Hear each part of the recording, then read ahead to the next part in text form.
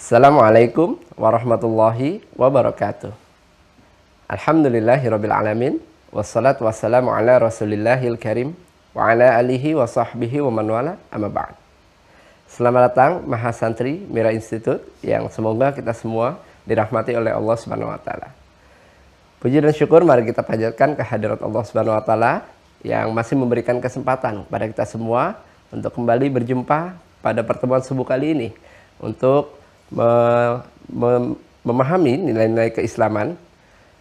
Salawat serta salam juga mari kita curahkan kepada junjungan kita, Nabi besar kita, Nabi Muhammad Sallallahu Alaihi Wasallam, yang semoga kita semua termasuk ke dalam golongan umatnya yang mendapatkan syafaatnya di hari kiamat kelak. Alhamdulillah, sampai dengan subuh ini sudah ada 8.603 mahasantri yang tergabung di Mira Institute. Dan 4.716 diantaranya sudah melengkapi data dirinya, sehingga datanya sudah bisa terbaca oleh sistem kami dan sudah bisa menikmati setiap fitur-fitur yang sudah disajikan di website resmi Mira Institute, seperti mendownload materi atau kitab rujukan yang sudah di-scan oleh admin, mereview kembali video-video sebelumnya secara utuh, juga mengevaluasi pemahaman teman-teman sekalian dengan menjawab beragam macam pertanyaan yang sudah disajikan di website resmi Mira Institute. Bagi teman-teman yang ingin tergabung menjadi keluarga besar Mahasantri Mira Institute, silahkan daftarkan diri teman-teman sekalian di website resmi Mira, masuk ke mira.quantumakhir.com. Di halaman utama, teman-teman bisa menekan tombol daftar, maka teman-teman akan diarahkan ke aplikasi UAH Corner. Atau bisa mendownload langsung aplikasinya di Google Play Store, silahkan cari UAH Corner. Di halaman utama aplikasi UAH Corner, teman-teman bisa memilih paket buku spesial Mira Institute. Pastikan yang dipilih adalah paket buku spesial Mira Institute. Lalu ikuti arahan selanjutnya. Pastikan email dan juga nomor telepon ada WhatsApp ya, adalah data dari teman-teman sekalian, agar tim admin bisa mengirimkan username dan juga password, juga informasi lanjutan setelah teman-teman mendaftar sebagai mahasantri di Mira Institute. Setelah teman-teman mendapatkan username dan juga password, teman-teman bisa masuk kembali di website yang sama di mira.quantumakhir.com untuk melengkapi data diri teman-teman sekalian dan mengaktifkan akunnya. Untuk masuknya, teman-teman bisa menggunakan username-nya berupa email dan juga passwordnya berupa nomor telepon yang sudah teman-teman daftarkan. Untuk passwordnya, teman-teman bisa menggunakan dua cara. Yang pertama dengan angka kosong di awalnya, sebagai contoh di 0812 sekian sekian sekian. Jika belum berhasil, teman-teman bisa menggunakan angka 62 di awalnya, sebagai contoh di 62812 sekian sekian sekian. Bagi teman-teman yang sudah jauh-jauh mendaftar dan sudah memiliki perangkatnya, namun belum memiliki username dan juga password, teman-teman bisa merujuk kembali folder emailnya di folder inbox. Jika tidak ditemukan, bisa melihat kembali di folder spam ataupun folder junk, karena ada kemungkinan email yang kami kirim masuk ke folder tersebut. Bagi teman-teman yang baru tergabung, silahkan ikuti materinya dari awal pertemuan, dari episode pertama, episode kedua secara berurut, agar pemahaman teman-teman bisa maksimal, bisa tersambung antara pertemuan satu dengan pertemuan lainnya dan terkorelasi. Setelah teman-teman mengikuti, jangan lupa untuk ikuti ujiannya di setiap babnya, agar teman-teman bisa mengevaluasi pemahamannya, dan pastikan teman-teman mendapatkan nilai 100 untuk bisa mengikuti di bab selanjutnya. Dan teman-teman bisa mendapatkan kesempatan untuk ikut bergabung di sesi Zoom bersama guru kita, Ustadz Dr. Adi Hidayat LCMA. Alhamdulillah, pada bab akidah sudah ada 999 mahasantri yang berhasil mendapatkan nilai 100. Untuk yang belum, tetap semangat, dimurojaah kembali materinya, dan jangan lupa ikuti kembali ujiannya, dan pastikan nilainya 100. Baik, bagi teman-teman yang berada di luar negeri, pendaftaran juga masih terbuka untuk teman-teman sekalian. Silahkan hubungi admin khusus luar negeri Mira Institute. Simpan nomornya yang sudah tertera pada layar teman-teman sekalian. Bagi teman-teman yang sudah tergabung, jangan lupa untuk join di grup resminya Mira Institute yang ada di Facebook dan juga Telegram. Silahkan dicari namanya. Sudah tertera pada layar teman-teman sekalian. Dan bagi teman-teman yang sudah memiliki undangan Zoom, pastikan format namanya sesuai dengan format yang sudah disesuaikan oleh tim admin, demi kemudahan tim admin untuk menerima teman-teman sekalian untuk bisa masuk ke sesi Zoom. Insya Allah sesaat lagi sesi utama bersama guru kita Ustadz Dr. Adi Hidayat LCMA akan segera kita mulai. Untuk itu kami kembali mengingatkan untuk senantiasa menjaga niat kita. Semoga Allah meridhoi setiap ikhtiar kita. Serius dalam menyimak sesi materi yang akan disampaikan. Siapkan buku dan juga alat tulisnya. Jangan lupa untuk mencatat setiap materi yang disampaikan. Gunakan pakaian yang sopan, yang sesuai dengan syariat. Duduk yang baik, tidak sambil rebahan, tidak sambil makan. Semoga dengan ikhtiar kita, Allah turunkan keberkahan, sehingga Allah mudahkan kita untuk memahami setiap materi yang disampaikan, juga memudahkan kita untuk mengamalkannya dalam kehidupan sehari-hari. Untuk itu, mari kita persiapkan hati kita, pikiran kita, tepikan hal-hal yang bisa mengganggu fokus kita dalam menyimak materi yang disampaikan. Terima kasih atas perhatiannya. Assalamualaikum warahmatullahi wabarakatuh.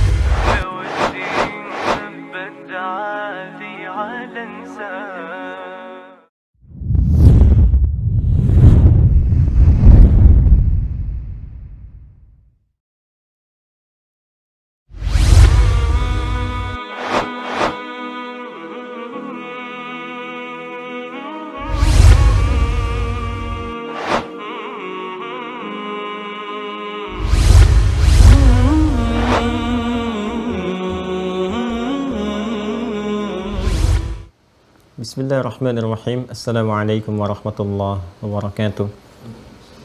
Alhamdulillahi rabbil alamin. Wassalatu wassalamu ala rasulillahil karimil amin. Nabiyyina Muhammadin wa ala alihi wa sahbihi ajma'in. Wa ba'd. Faya ahbaballahi wa ahbab rasulihi sallallahu alaihi wasallam. Usi nafsi wa iyyakum bitaqwallahi faqad fazal muttaqun. Fala tamutunna illa wa antum muslimun. Faqala ta'ala Ya ayyuhalladzina amanu taqullaha haqqa tuqatih wa la tamutunna illa wa antum muslimun. Saudara-saudariku, alhamdulillah berjumpa kembali di kajian subuh Mira di kesempatan kali ini waktu Indonesia bagian barat, dan terhubung tentunya dengan berbagai wilayah yang mengalami perbedaan waktu di beberapa tempat atau bahkan negara. Terlepas dari itu semua, kita bermohon pada Allah Subhanahu wa taala semoga setiap waktu yang kita lalui diberkahi oleh Allah untuk bisa menata amal soleh yang diridhai untuk menjadi bekal pulang menuju Allah Subhanahu wa taala. Kita bermohon pada Allah Subhanahu wa taala semoga seluruh hamba-hamba Allah yang berkehidupan sampai detik ini namun belum beriman diberikan kekuatan untuk bisa bersyahadat sebelum wafat dan kembali kepada Allah. Pun demikian, semoga para pelaku maksiat dan boleh jadi kita termasuk di dalamnya diberikan kekuatan dalam jiwa untuk mau bertobat, meniti amal yang lebih baik, hayatan thayyibah, dan semoga wafat dalam keadaan husnul khatimah insyaallah. Kita akan coba lanjutkan pertemuan kita di kesempatan kali ini dengan meneruskan pembahasan pada hal terkait dengan penyakit-penyakit iman dan tentunya tanda-tanda, contoh serta penawar dari penyakit yang dimaksudkan, yang dengan itu kita berharap senantiasa melakukan penjagaan, perawatan, maintenance kepada keadaan jiwa kita sehingga cahaya iman tetap kuat, kemudian juga dorongannya mengalir sangat baik sehingga meneruskan kebaikan-kebaikan yang ada dalam jiwa takwa kepada elemen tubuh kita untuk berperilaku mulia dalam kehidupan. Di pertemuan yang lalu kita telah belajar tentang penyakit nifak, di antara penyakit yang sangat berbahaya bila kemudian kontaminasi terhadap jiwa dan tubuh sehingga bisa terjadi dua hal dengan penyakit nifak yang dimaksudkan. Petunjuk-petunjuk yang Allah berikan tidak sampai kepada relung kalbu karena tertutup, ada sekat di dalamnya. Yang kedua yang paling membahayakan adalah katalis yang menjadi peran bagi fujur untuk mensupport keadaan jiwa takwa itu muncul, juga tidak memiliki jalur untuk memberikan supportnya sehingga dia kemudian diprovokasi oleh setan untuk berdiri sendiri, naik sendiri, membuka terowongan dan jalur sendiri, sehingga dengan itu mengeluarkan sifat-sifat negatif yang dimanfaatkan kemudian oleh setan untuk dilekatkan pada perilaku setiap manusia yang diberikan oleh was-was. Itu yang kita telah pelajari di kesempatan yang lalu. Mohon disimak oleh teman-teman video yang sebelumnya untuk menghadirkan korelasi dan relevansi pembahasan dengan apa yang akan kita kaji di pertemuan saat ini. Nabi SAW memberikan tanda orang-orang yang terkontaminasi dengan penyakit nifak ini. Ada 3 tanda utama dan 1 tanda pelengkap untuk menunjukkan penyakitnya cukup kronis. Ya, kita sudah sampaikan di 2 hadis yang kemarin, hadis nomor 33 dan 34 dalam Kitabul Iman, Sahih Al-Bukhari, di topik yang kedua, kitab yang kedua, Kitabul Iman, nomor hadis 33 dan 34, subbab yang ke-25 tentang alamatun nifak. Bab alamatun nifak, bab tentang tanda-tanda penyakit nifak atau alamatul munafik, tanda-tanda orang yang terkontaminasi penyakit nifak. Yang 3 itu disampaikan oleh sahabat Abu Hurairah radhiyallahu taala anhu, sedangkan pelengkap yang satunya lagi dikonfirmasi oleh sahabat Abdullah bin Amr bin Al-As radhiyallahu taala anhuma. Idza haddatsa kadzaba, apabila berbicara sudah mulai keluar dusta. Kemudian idza wa'ada akhlafa, jika dia berkomitmen, berjanji, dia menghindari, mengingkari, atau bahkan ghadara, dalam riwayat sahabat Abdullah bin Amr bin Al-As radhiyallahu taala anhuma, ghadara, berpaling, ya, mengingkarinya, bukan hanya kemudian dia tidak menepati. Kan kalau kita katakan wa idza wa'ada akhlafa seringkali terjemahkan dengan berjanji tapi tidak menepati. Ya, ini bukan hanya sekedar tidak menepati tapi berpaling. Ya, mengingkari, berpaling, mengelak dan seterusnya. Wa idza tu'mina khana, apabila dipercaya dia berkhianat. Dan yang keempat, wa idza khasama fajara. Ini kalau berkumpul 4 hal ini yang paling bahaya. Apabila ada perbedaan pendapat, perselisihan, nah maka responnya fajara. Respon yang cenderung berlebihan, bahkan ingin menghancurkan. Dan tidak sedikit itu terjadi. Ya, karena perbedaan pendapat misalnya di perusahaan, ya, yang satu keluar tapi punya kesan yang buruk sehingga ingin menghancurkan karir temannya, bahkan tidak ingat kebaikan-kebaikan yang sudah ditenun, mungkin sudah terjadi bertahun-tahun atau bahkan puluhan tahun, tapi itu semua mesti hancur. Nah, itu yang paling bahaya. Jadi kalau sudah kronis itu sifatnya merusak, destroy gitu kan, menghancurkan. Itu yang paling bahaya dari nifak itu seperti itu. Ya, pertemanan bisa hancur, persaudaraan bahkan bisa hancur, karir bisa hancur. Ya, dari kedudukan tadinya bersama-sama hanya beda untuk memberikan kebijakan, jadi nggak senang. Ya, gimana caranya kawan saya ini mesti hancur juga, mesti turun juga kedudukannya, mesti habis. Padahal mungkin dia melakukan kampanye bersama-sama, jalan bersama-sama, doa sama-sama sebelumnya, itu bisa terjadi. Di nifak itu responnya menghancurkan. Kalau sudah terakumulasi 3 tambah yang keempat, itu sangat berbahaya. Sangat berbahaya karena sudah tidak melihat apapun ya, dan was-was setan itu masuknya mengalir deras, ya, bagaikan aliran air sungai gitu. Ya, kalau dia mengalir kencang, itu yang kita mesti waspadai. Karena itu kita mencoba untuk melihat bagaimana penawarnya yang ditunjukkan oleh Al-Qur'an dan hadis-hadis Nabi Muhammad SAW, sehingga pada diri kita bisa kita kondisikan, menjaga stabilitas hati, stabilitas jiwa kita, sehingga yang keluar tetap dalam keadaan baik. Kita sudah kenali tanda-tandanya, ya. Dari tanda-tanda itu berarti kan gejala. Ya, kalau sudah ada gejala, kita harus perbaiki. Ya kan? Kita harus jaga, kita harus obati. Nah, ini yang coba kita akan petakan di pertemuan kali ini tentang bagaimana mengatasi penyakit nifak, penawar atau obat penyakit nifak. Pertemuan pada saat ini insya Allah yang akan kita uraikan. Bismillahirrahmanirrahim. Saya akan coba urutkan teman-teman sekalian melalui urutan Al-Quran, ya. Dari mulai kita petanya ini nifak, kan pembahasannya seperti ini ya. Orangnya nanti munafik, ya. Jadi nanti akan saya konfirmasi mengenai pemahaman tentang materi ini adalah pengertian. baik secara etimologi atau secara kebahasaan, ya umumnya ini dipahami sebagai apa. Anda harus bisa menjelaskan asal-usul kata nifak ini dari kata apa. Kemarin saya sudah terangkan dari akar yang paling awalnya, nafaqa, ya. Kemudian kalau ditambahkan hamzah depannya anfaqa jadi apa? Kalau ditambahkan kemudian alif di tengahnya nafaqa jadi apa? Nah, sampai ketemu ini seperti apa gambarannya? Kenapa disebut itu? Ya, kemudian juga pengertian secara istilah, terminologi. Ya, secara istilah dalam syariat Islam. Nah, ini juga sudah saya terangkan. Dalam kalau disebutkan nifak, disebutkan munafik, itu sudah nggak ada yang lain dalam pengertian Islam kecuali definisi yang telah diterangkan di pertemuan yang lalu, ya, penyakit yang mengontaminasi ke dalam hati sehingga terjadi ketidaksesuaian antara apa yang dikomitmenkan oleh hati, oleh jiwa dengan apa yang diungkapkan oleh lisan dan diwujudkan dalam bentuk tindakan. Dan menariknya, sekarang kalau kita melacak di kamus-kamus bahasa Arab yang otoritatif sifatnya, di literasi bahasa Arab, dikenal dengan mu'jam namanya, mu'jam. Itu pengertiannya ya sudah serupa antara kebahasaan dengan pengertian syariat. Seakan-akan memang sudah menyatu, ya. Jadi sudah ada kesepakatan ijma' bahasa ini. Ijma' bahasa menunjukkan berbahayanya sifat nifak itu. Sampai sekarang kalau kita merujuk ke pengertian bahasa pun, itu munafik, nifak itu memiliki pengertian yang senafas dengan apa yang disampaikan melalui penjelasan terminologi secara syariat, secara istilah. Ini menunjukkan bahwa ya secara umum juga sudah diakui. Jadi definisi Islam itu yang paling utama. Kalau Anda cari ya di tuntunan manapun ya, apalagi dalam keberagamaan misalnya, yang menjelaskan tentang hipokrit ini, nifak ya.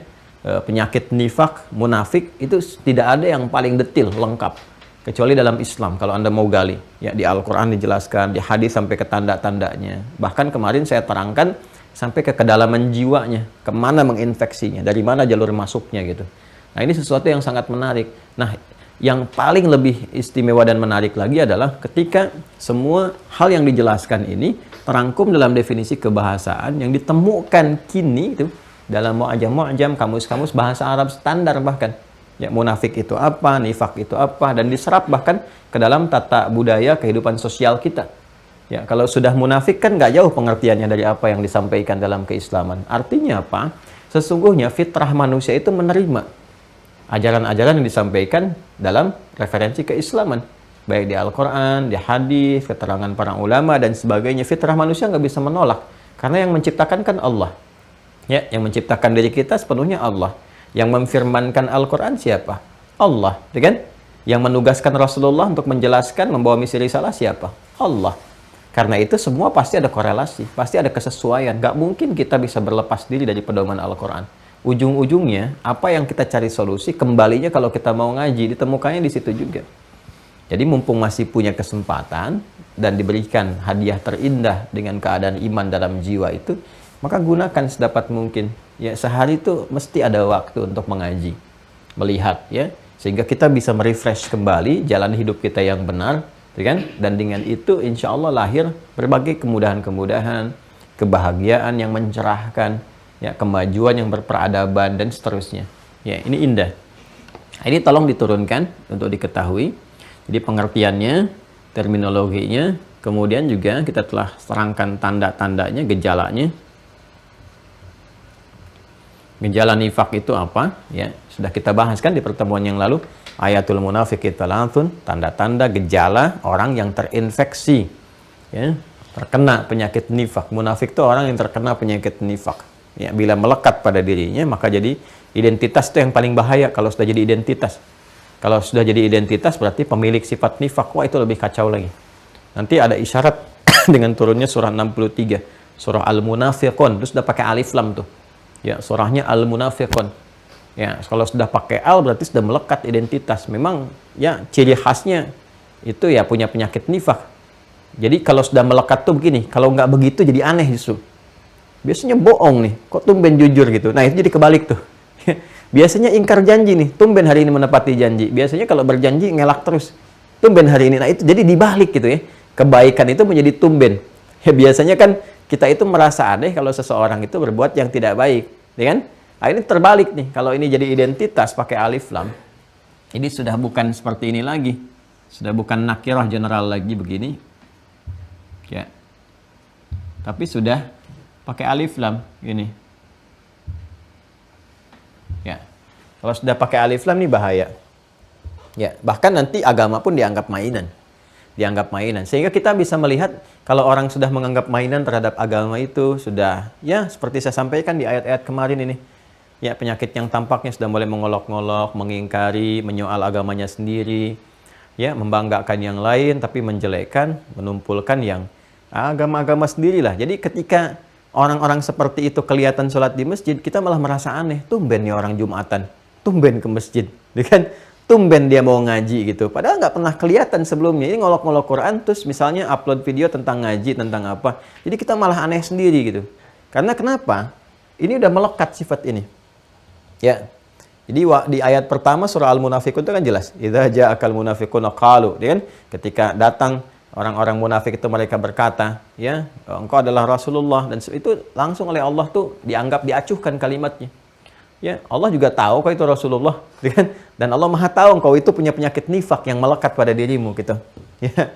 Dan yang menariknya gini, ketika Allah menetapkan tahu itu Rasul, itu menggunakan kata alima, ya'lamu, tapi ketika menetapkan mereka kemudian menjadi munafik sejati, itu pakai yashhadu, balik lagi.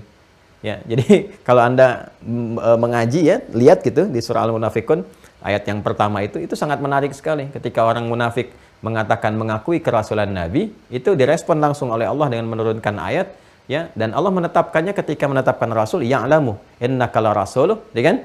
Allah tuh Maha mengetahui engkau itu Rasul. Ya, memang sudah jelas tahu, tapi ketika menetapkan mereka itu sebagai munafik, yashhadu, ya, pakai kata turunan dari kata syahidah, syahadat, seakan-akan memberikan kesan bahwa ini berbahaya gitu.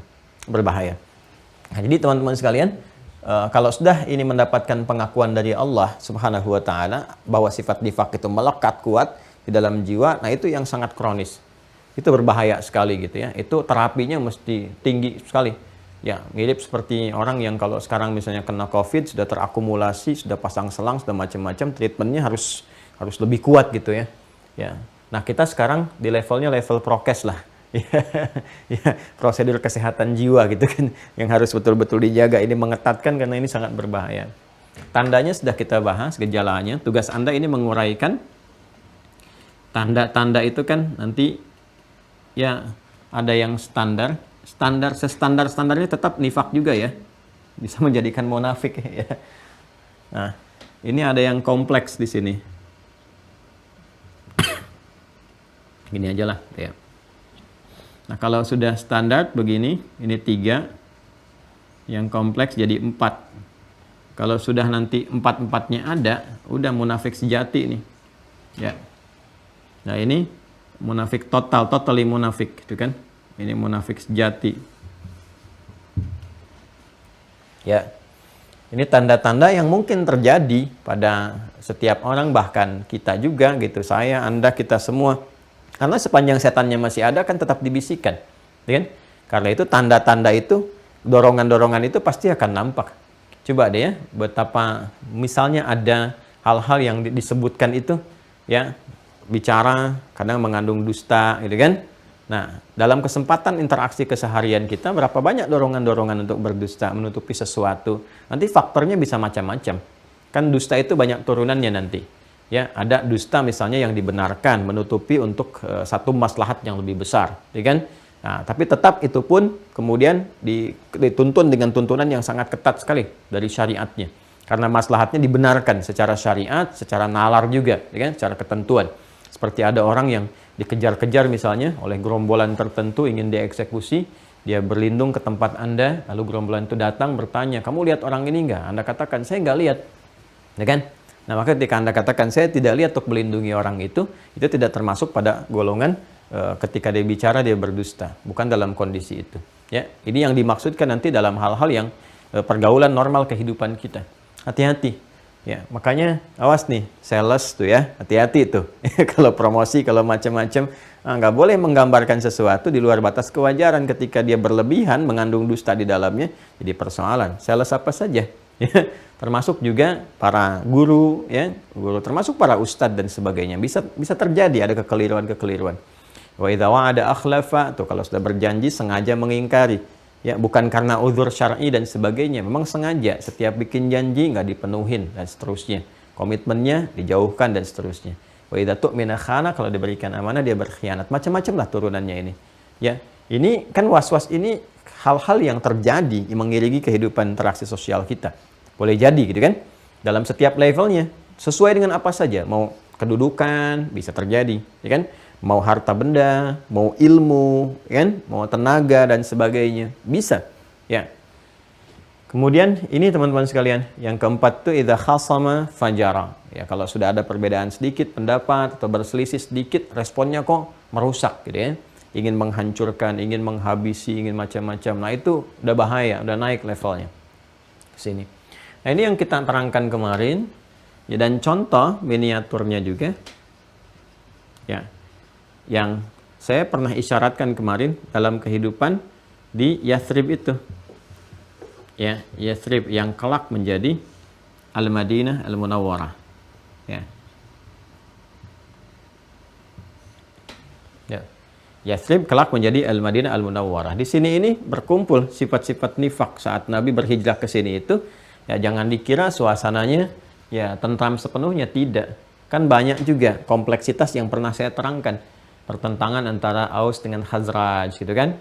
Kemudian kondisi selain sosial, politik, ekonomi, juga kondisi ekonominya di bawah resesi. Karena banyak kecurangan-kecurangan, ada faksi Yahudi yang udah biasa curang, ya, ngurangin timbangan macam-macam, sampai turun banyak ayat nanti untuk menyelesaikan itu semua. Sampai komentar Nabi yang pertama kan ketika melihat pasar Madinah, lihat kondisi ekonominya, ini seburuk-buruknya pasar katanya. Penipuan, kecurangan, macam-macam berkumpul. Ya, sampai nanti sepeninggal Nabi pun kan sahabat tuh sering ekspansi ke pasar. Umar ngelihat, ya, sampai yang jualan buah pun kan dilihat. Bagaimana nimbang yang di atasnya dikasih yang bagus-bagus, di bawahnya ternyata pada jelek-jelek gitu kan. Nah, nanti timbangan yang curang tuh kan sampai melahirkan surah Al-Mutaffifin itu, Wailul lil mutaffifin dan seterusnya. Ya kan? Nah, ini hal-hal ini diperbaiki sampai nanti miniaturnya ini menarik sekali. Nah, jadi miniatur kehidupan Yathrib yang kelak menjadi Al-Madinah itu dengan kompleksitas yang ada di dalamnya, termasuk mengobati ini, ya, penyakit nifak, tanda-tanda dan gejalanya. Dari mulai apa saja, aspeknya banyak, ya, ada di aspek sosial, dalam kehidupan sosial sudah kompleks tuh, sampai melahirkan apa? Melahirkan perselisihan, pertentangan, bahkan mohon maaf sekali, dendam yang berkelanjutan, kan 600 tahun antara Aus dengan Khazraj itu, ya, dan seterusnya. Itu kan wa idza khasama fajara. Kalau beda pendapat itu kan diprovokasi tuh sama golongan Yahudi pada saat itu. Jadi ketika sudah datang ke wilayah Yathrib pada saat itu berkehidupan udah ribuan tahun, 1000 tahun lah. Ya, sebelum Nabi SAW itu memulai tugas tuh sudah ada golongan Aus Khazraj di Yathrib itu. Ya, sudah maju mereka karena punya bekal perdagangan. Kan mereka itu kan hijrah dari wilayah Sailul Aram itu di Azad, ya, di wilayah Yaman yang terkena bendungan itu kemudian hancur, menyebabkan banjir besar pada saat itu, ya, dan sebagian mereka kan berhijrah, perginya kemana? Ke Yathrib di sini, berkehidupan dari ribuan tahun, ya, ratusan dari ribuan tahun ada di situ, udah berkembang bergaul dengan Yahudi. Ternyata mereka kan punya bakat berdagang maju, ya, ya, seperti itulah. Kadang-kadang di tipikal dari kalangan Yahudi itu kalau di Quran surah kedua Al-Baqarah ayat 120 itu nggak mau tersaingi, nggak mau terungguli, selalu ingin di atas dalam tatanan kehidupan, ya. Jalan atau sistem kehidupan yang ditempuh itu disebut millah namanya. Millah. Sehingga kadang agama pun disebut millah karena agama memberikan pedoman pada jalan kehidupan. Ya, ada orang yang memilih tidak menggunakan tuntunan din. Dia kreasi sendiri aja, bikin hukum sendiri, ini sendiri, nah itu millah. Ya, millah namanya. Mala yamilu mailan, sesuatu yang condong, kalau ada di konsepsi disebut millatan. Ya, pengen cenderung ke situ aja yang dikerjakan. Kalau kita terapkan dalam dunia modern sekarang, bisa dikatakan sistem pemerintahan. Ya, di situ ada sosial, ekonomi, politik, budaya dan sebagainya. Kalau di Lemhanas itu ada Ipolek Sosbudhankam. Ya, ideologi, politik, sosial, ekonomi, kemudian kebudayaan, pertahanan, keamanan. Ya, itu jalurnya itu nggak selalu pengen di atas. Walan tarda ankal yahudu ya walan nasara hatta tattabi'a millatahum.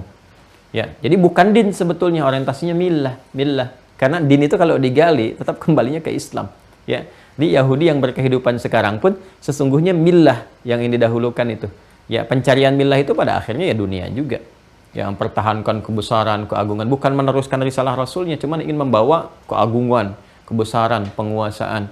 Ya, makanya kan tipikalnya sampai sekarang juga nggak boleh ada yang menyaingi di bidang ekonomi, harus selalu yang paling atas. Politik harus selalu yang paling atas, militer yang paling atas. Ya, kalau yang lain mau maju, tekan, jangan sampai naik dan seterusnya. Itu sudah tipikal dari dulu. Ya, makanya ketika Aus dan Khazraj itu naik bersamaan, padahal saudara itu. Aus dan Khazraj itu saudara, keturunan itu. Ya, jadi begitu mereka sudah maju ini, masuklah itu penetrasi. Dibuat cipta kondisi, berselisih, nah itu wa idza khasama fajara. Ketika mereka berselisih 600 tahun nggak selesai. Yang mendamaikan siapa? Rasulullah SAW. Ya, jadi ini dalam konteks kehidupan sosial. Di ekonominya juga ada. Ya. Ini kecurangan dan seterusnya di pasar, bagaimana timbangan curang, gitu kan? Nah, kemudian ya macam-macam lah di sini, naikin harga dengan cara yang tidak wajar, penipuan. Makanya nanti hukum-hukum terkait dengan umumnya tentang riba, tentang penipuan, kamuflase di bidang ekonomi itu rata-rata turunnya di Madinah. Walaupun riba pertama yang dibebaskan ribanya Abbas ya bin Abdul Muttalib, pamannya Nabi Sallallahu Alaihi Wasallam, tapi turunan hukum-hukumnya dipraktikkan di sini, di Madinah. Dan ini apa? Ini terjadinya karena ini. Ya, saya mau katakan gini, dahsyatnya ini, ya, penyakit nifak ini, itu bisa menginfiltrasi pada kehidupan ya sosial, ya kehidupan ekonomi dengan sisi yang negatif. Jadi begitu masuk ke sini, ya, mohon maaf kalau bahasanya agak tinggi ya, kita jadikan bahasa umum saja ya. Itu bisa memengaruhi ke sini secara negatif. Di kehidupan sosial bisa merusak, jadi konflik. Ya, di ekonomi melahirkan ketimpangan. Kalau sekarang disebut dengan resesi gitu kan, jauh dan seterusnya. Jadi kacau ini. Harga-harga jadi nggak sesuai kan, rusak. Masyarakat ya yang kaya-kaya, yang miskin jadi fakir, yang fakir ya kalau ada di bawah kata fakir lebih fakir lagi. Ini yang bahaya. Ya. Termasuk sampai ke politik juga demikian. Ya. Ini kan yang melahirkan faksinya Abdullah bin Ubay bin Salul. Kan sangat viral kisahnya. Kisahnya sangat viral sekali. Bagaimana Abdullah bin Ubay bin Salul itu punya kedudukan ya di Madinah pada saat itu atau di Yathrib.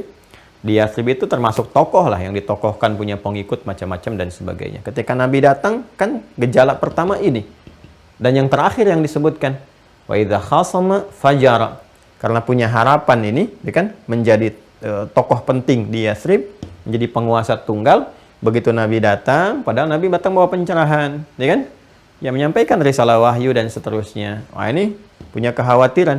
Khawatirnya apa? Khawatir jikalau kemudian semua apa yang telah dibangun sejak awal, pencitraan macam-macam ini runtuh seketika dengan datangnya risalah Nabi Muhammad SAW. Tapi karena punya sifat nifak, dibuat strategi. Apa strateginya? Saya nggak boleh frontal nih. Ya, sama Nabi Muhammad SAW. Kalau frontal, ya saya sejatuh-jatuhnya. Maka dia mengatakan saya muslim, masuk Islam. Dideklar di hadapan banyak orang. Depan Nabi baik-baik. Di belakang merencanakan lagi. Bagaimana caranya menghancurkan Muhammad SAW. Kalau Muhammad punya masjid, kita bikin masjid juga. Itu masjid Dirar itu. Ya, nanti kalau satu waktu sudah tenang, saya tuh pengen nyaman dulu deh. Nyaman, enak gitu kan. Kalau perlu tidak ada karantina dan sebagainya, sudah enak. Kita bisa melihat, membuktikan tentang apa yang kita bahas di Mira ini. Karena itu Anda nabung aja dulu. Nabung, simpen baik-baik, dan seterusnya. Pakai emas aja, supaya nggak banyak terjadi pergolakan. Simpen gitu ya. Nah, disimpan oleh teman-teman, nanti kita akan belajar. Itu di tempat Masjid Dirar itu. Ya, nanti di surah At-Taubah, kalau kita sudah masuk ke bagian kajian Quran, itu menarik sekali. Jadi ada kawan yang menyampaikan, teman-teman sekalian, di saat datang untuk mengikuti, mengunjungi jejak-jejak ini, kan itu masjid kan dibakar, dihancurkan. Karena bukan masjid. Awas ya, awas jangan salah itu. Itu bukan masjid, itu tempat yang dikamuflasekan, yang disamarkan sebagai masjid, padahal tempat perkumpulan untuk makar pada Rasulullah. Diketahui, maka diperintahkan untuk dihancurkan tempat itu. Itu ada berita yang sampaikan kepada kami itu. Sekarang masih ada orang jualan arang tuh sekitarannya. Ya, ketika ditanya dari mana sih sumber arang ini, mereka mengatakan ya dari tempat itu Masjid Dirar yang dibakar itu sejarahnya dulu. Dari situ ternyata. Terus Jadi ingin memberikan kesan bahwa keabadian dan ini dahsyatnya penyakit ini, itu kalau nggak ditangani bisa mewariskan, ya walaupun tanpa kasat mata nggak kelihatan, bisa terwariskan dan berbahaya sifatnya. Ini dari segi sosial ini kalau kita ngaji sirah ini unik ini. Ya, depan kalau sholat tuh dekat Nabi, depan Nabi tuh muji Nabi, di belakang nyiapin lagi. Muhammad bikin ini, kita bikin ini, dan merencanakan pembunuhan, menyulitkan saat aksi militer. Begitu akan mempertahankan Madinah pada saat itu, ya kan di perang Uhud itu teman-teman sekalian. Di perang Badar ngolok-ngolok, begitu berhasil pengen ikutan. Ya cuman pengen numpang tenarnya aja karena tarbiyah imannya nggak ada. Begitu dikasih tahu musuhnya berkali lipat, di tengah-tengah mundur, desersi itu. Ya, itu membawa hampir setengah pasukan dari Uhud itu dibawa pulang oleh Abdullah bin Ubay bin Salul. Itu membahayakan. Maka ini juga masuk nanti nifak itu kalau masuk ke militer, wah ini bisa menghancurkan. Ini babnya ada lagi loh, jangan salah loh. Ya kalau kita ngaji Sahih Al-Bukhari 97 topik itu masuk semua, ada di bab militer juga ada. Ya, jadi kalau mau diteruskan ini banyak lagi cabangnya. Ke gerilya, ke masalah intelijen, ke macam-macam. Coba kalau agen-agennya jadi agen ganda dan seterusnya. Jadi masalah juga. Itu kan pembahasannya banyak sekali, luas sekali. Di sini juga banyak, ini banyak-banyak penyakitnya ini. Ya. Ini penyakitnya di sini nih. Nah, ini yang paling berbahaya. Jadi Islam menjelaskan secara sempurna yang nanti turunannya kepada dua bagian utama.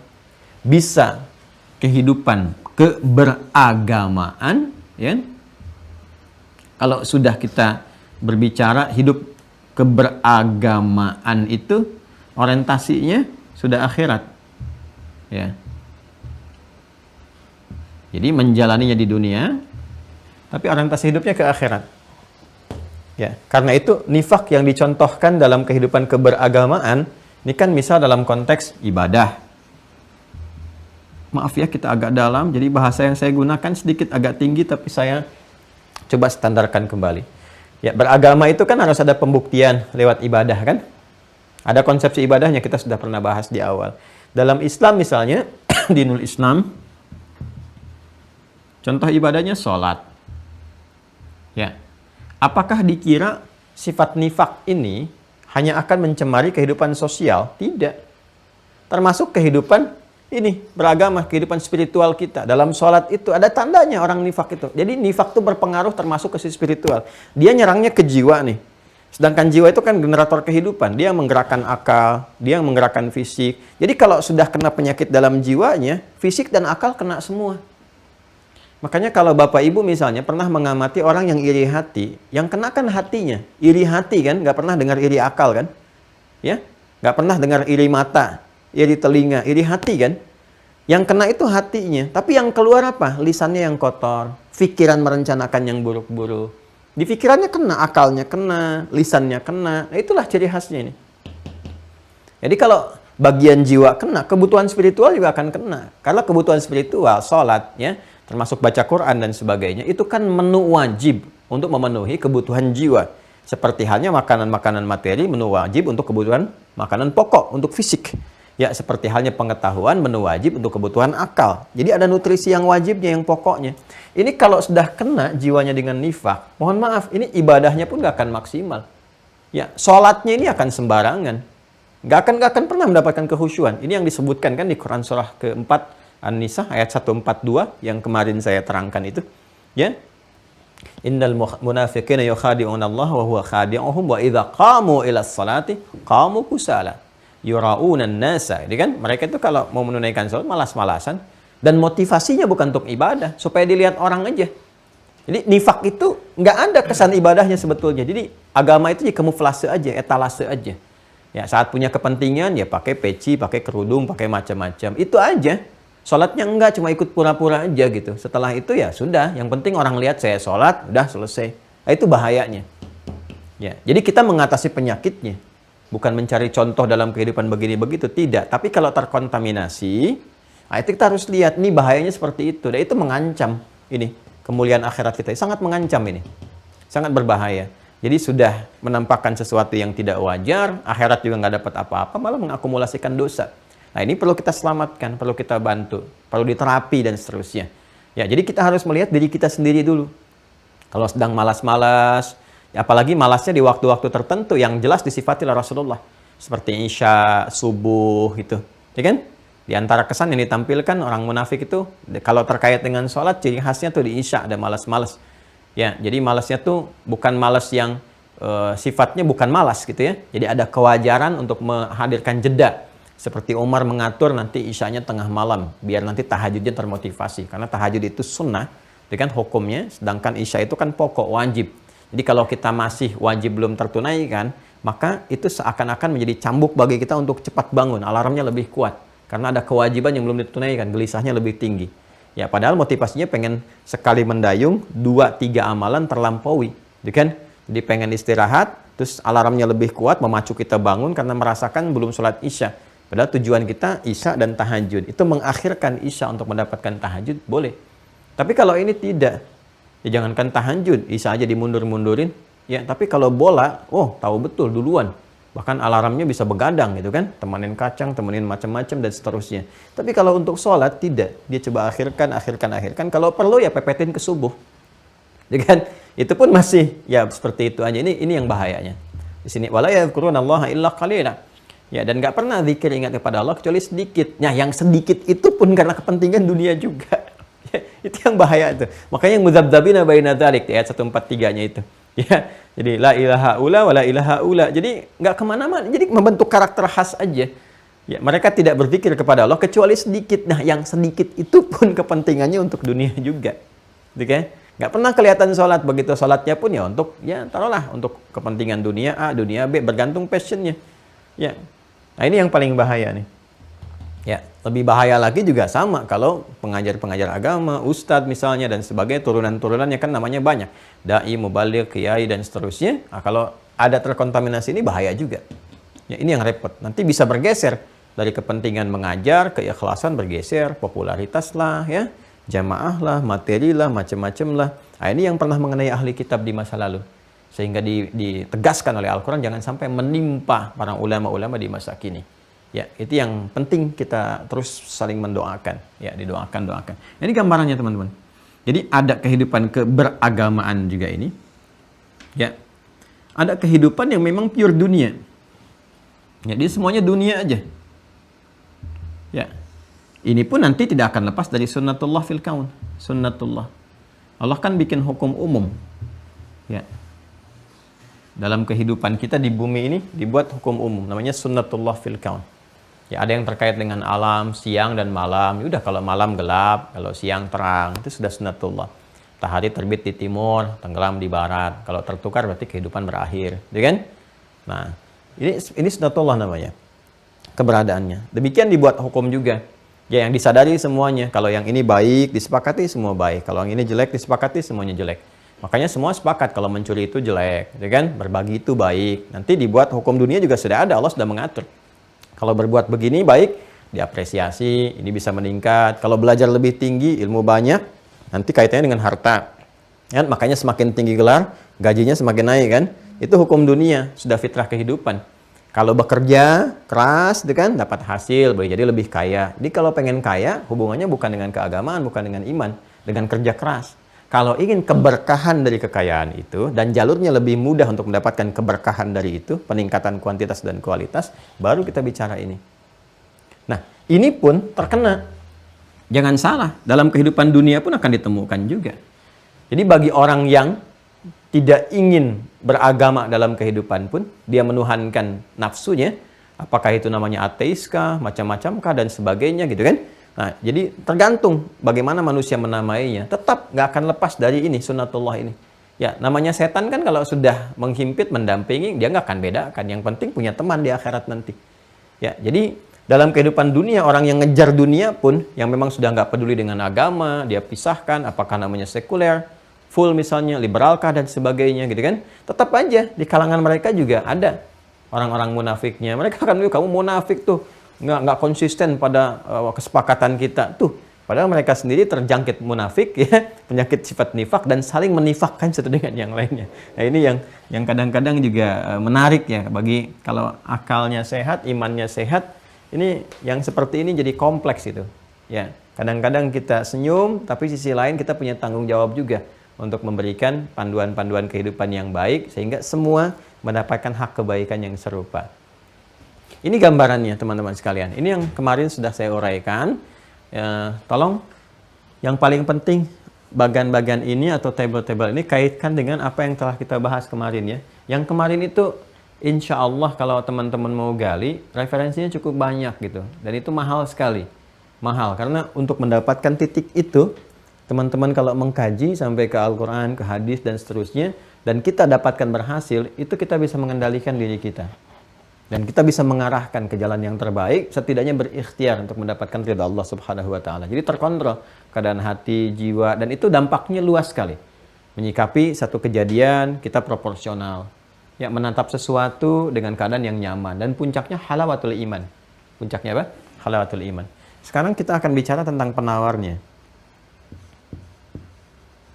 Ya. Obatnya. Ya kan?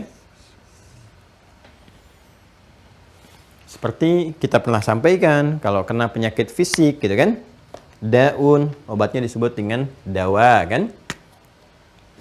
Ada dawa, ya kan? Obat itu nanti ada dawa. Likulli da'in dawaun. Setiap ada kalau sudah ada penyakit fisik ya. Oke, misalnya ya seperti kita dapati lah kekinian dari ujung kepala sampai ujung kaki, penyakit-penyakit fisik sekarang sudah banyak ragam obat, baik yang natural alami, ya kan? Ada yang kimiawi dan seterusnya, gitu kan? Yang penting sifatnya bisa mensupport pada diri kita untuk memulihkan fungsi tubuh secara fisikal. Itu dawa namanya. Obat jahal, obat akal itu ilmu. Ya. Dengan turunannya. Obat akal. Ya, kalau akal itu ingin tajam, ada orang mengatakan lemah akal, gitu kan? Berarti nutrisinya nggak diberikan, bukan dihukumi ya. Awas loh, kadang-kadang bijaksana itu sangat penting. Orang-orang yang kelihatannya itu, loh ini kok kayaknya lambat dia, itu hati-hati loh. Ya, kadang-kadang boleh jadi itu keseimbangan di pikirannya sedang tertumpu pada titik fokus yang terdalam di satu hal. Ya, kadang mungkin dia ada di titik yang kanan visualisasinya atau ke analisisnya yang titik kirinya. Ya, kadang-kadang ada orang menyebutnya, wah ini saya juga nggak sanggup kadang nyebutinnya karena nggak begitu menurut saya. Selalu punya kelebihan gitu. Tinggal kita mengeksplor seperti apa. Orang-orang kan sekarang bikin istilah ada autis, ada macam-macam dan sebagainya. Bagi saya, sungguhnya semua punya kelebihan. Tinggal kita, orang tuanya, temannya, kerabatnya mensupport supaya itu muncul dan diberikan nutrisi keilmuannya. Ya, semua punya keistimewaan. Kadang-kadang di otak kanan visualisasi, dia bisa mengilustrasikan dalam bentuk apa, deskripsi, gambaran, dan sebagainya. Kadang-kadang ada yang analisisnya tajam, tapi nggak mampu mengungkapkan, bisa dengan tulisan, dengan pikiran, dan sebagainya. Ya kan? Nah, itu yang kita arahkan, dan ada keseimbangan. Sebab nanti ada orang yang memang jenius dengan sifat itu, akalnya berlebihan, tapi nggak proporsional dengan imannya. Sehingga kadang-kadang bisa merusak juga, bahkan sampai ke saraf-saraf tubuh itu. Ya, seperti ada yang siapa Hawking ya kalau tidak salah itu yang ilmuwan yang dari apa namanya yang menemukan tentang black hole itu ya yang dari teori fisika dia kembangkan asalnya dari matematika Stephen Hawking kalau tidak salah kalau saya tidak keliru. Nah itu kan ke fisiknya juga berpengaruh tuh sampai ada kelumpuhan bicaranya pakai komputer tapi jenius ya tapi berbahayanya apa karena nggak ada support kepada jiwanya ya kan pada akhirnya kan apa melahirkan kesimpulan bahwa Tuhan itu tidak ada dan sebagainya, lebih kuasa pada akhirnya ya ketika dia meninggal repot juga tuh ya siapa yang mewafatkan, siapa yang mematikan, menghidupkan dan sebagainya di situ nggak punya kuasa lagi ya maka untuk penawar pada akal itu pengetahuan ilmu dan ilmu pun harus benar makanya di Al-Quran itu ilmu disupport dengan namanya qa'imun bil qista ya qa'imun bil qista. Ini yang ada di Ali Imran ayat ke-18 ya syahidallahu annahu la ilaha illa huwa wal malaikatu wa ulul ilmi qa'iman bil qista di situ pakai nasab yang ilmunya itu diarahkan pada kebenaran jadi support nutrisi ilmu pun mesti benar sama dengan fisik tuh maaf ya kalau makannya itu kan yang nggak sehat yang basi yang banyak macam-macam ya dan sebagainya itu kan nggak sehat juga ke tubuh lemah ilmu juga sama kalau diberikan dengan cara yang tidak sehat logika yang tidak benar racun pengetahuan banyak sekarang. Ya, makanya dampak yang terjadi apa? Ilmunya bagus tuh. Bagaimana membuka kunci dalam sekian menit kalau saat terjebak. Tapi digunakan dengan cara yang salah. Karena pemberiannya salah, dipraktekkan caranya salah. Akhirnya nyuri motor sepersekian detik, nyuri mobil, nyuri ini, nyuri itu. Ilmu dipakai. Itu yang skala kecil. Skala besar tuh semakin tinggi ilmu, tapi adab tidak ada, imannya tipis, ini lebih bahaya lagi. Oh, hati-hati, pencuri berilmu itu lebih berbahaya. Ya, pencuri berilmu lebih bahaya dibandingkan dengan pencuri yang bodoh. Karena pencuri berilmu, ilmunya dia gunakan tuh. Itu bisa triliunan dia bawa, dia kemas dan sebagainya. Nah, ini yang penting sekali untuk diobati, ya. Jadi, tambahan pengetahuan ini nanti ada formulanya sendiri, ada tafakkur, ya. Ada tadabbur, ada tadzakkur. Ya. Paling kalau ngaji sendiri nanti dah di kalangan teman-teman. Dulu saya ada kelas ilmuwan itu. Ya, para dosen, para guru, para peneliti macam-macam kita keluarkan kurikulum konsepsi keilmuan dalam Al-Qur'an dengan ragam-ragam analisisnya. Kalau metode tafakur itu bagaimana, tadabbur bagaimana, afala yatadabbarun Al-Qur'an, ya afala yatafakkarun, la'allakum tatafakkarun, tadzakkur, ya la'allakum tadzakkarun dan seterusnya. Itu apa no formulasinya? Ya, nanti ada turunan lagi di sini. Misalnya di tafakur nanti ada teori namanya tanawwur. Ya, dipraktekkan bisa ke hewan. Afala yanzuruna ilal ibili kaifa khuliqat. Nanti riset di dunia hewan. Terus riset dunia tumbuhan dan sebagainya. Ini untuk mencukupkan nutrisi akal di sini. Cuma maslahat akhirnya. Nah, sekarang jiwa. Kalau terkait dengan jiwa, ini fisikal sifatnya. Al-Quran itu Masya Allah teman-teman sekalian, lengkap sekali kalau kita mau turunkan. Ya, nanti ini semua terkorelasi kan. Di bidang kesehatan dan kedokteran apa, kan di bidang alam, tumbuhan, nabati, hewani, di hewan dan seterusnya. Ini pengetahuan nanti, ini untuk akal. Ya. Sekarang jiwa. Saya arahkan ke sini ya. Ini kan ke sini. Untuk jiwa, nafas. Ya. Ini yang disebut dengan syifa namanya, syifa.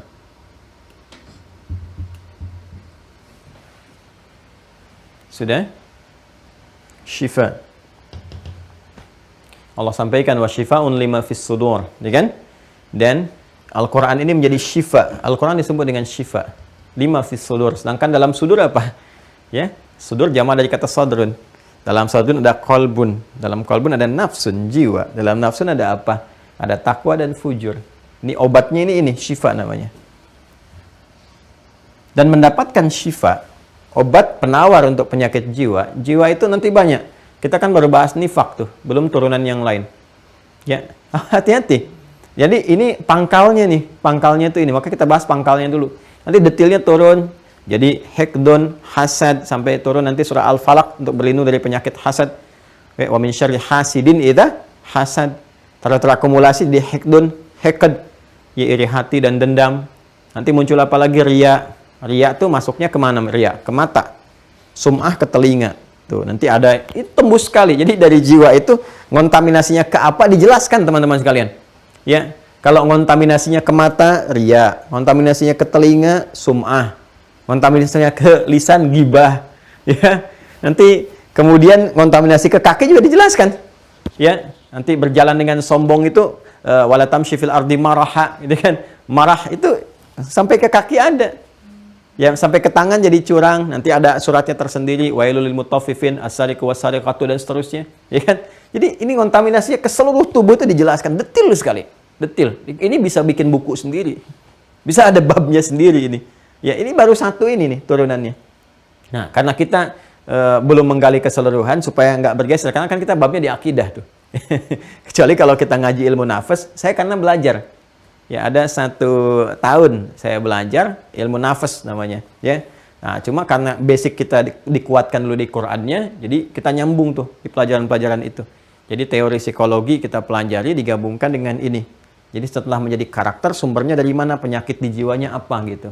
Nah ini menarik sekali. Jadi kalau kita teruskan sampai ujung kepala, sampai ke kaki. Coba, kalau kepikiran jadi apa? Kalau kontaminasi akal? Suudzon. Suudzon jadi apa turunannya? Ya kan?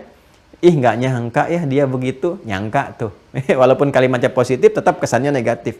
Terus turun ke mata, jadi riya. Turun ke telinga, jadi sum'ah. Turun ke lisan, jadi gibah. Bisa fitnah. Turun ke tangan, bisa sarakah. ya bisa lagi apa namanya kecurangan, ya kan? Makanya turun tadi yang saya katakan surah Al-Mutaffifin misalnya kan.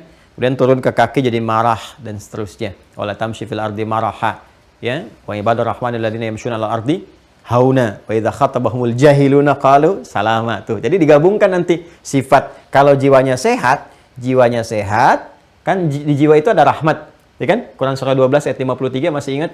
Wa ma ubarri'u nafsi innan nafsa la'amaratum bisu illa ma rahima rabbi. Pemilik rahmat itu Rahman. Allah yang Rahman, pemilik rahmat. Di dunia disebut Rahman, yang mencakup rahmatnya secara luas. Rahman.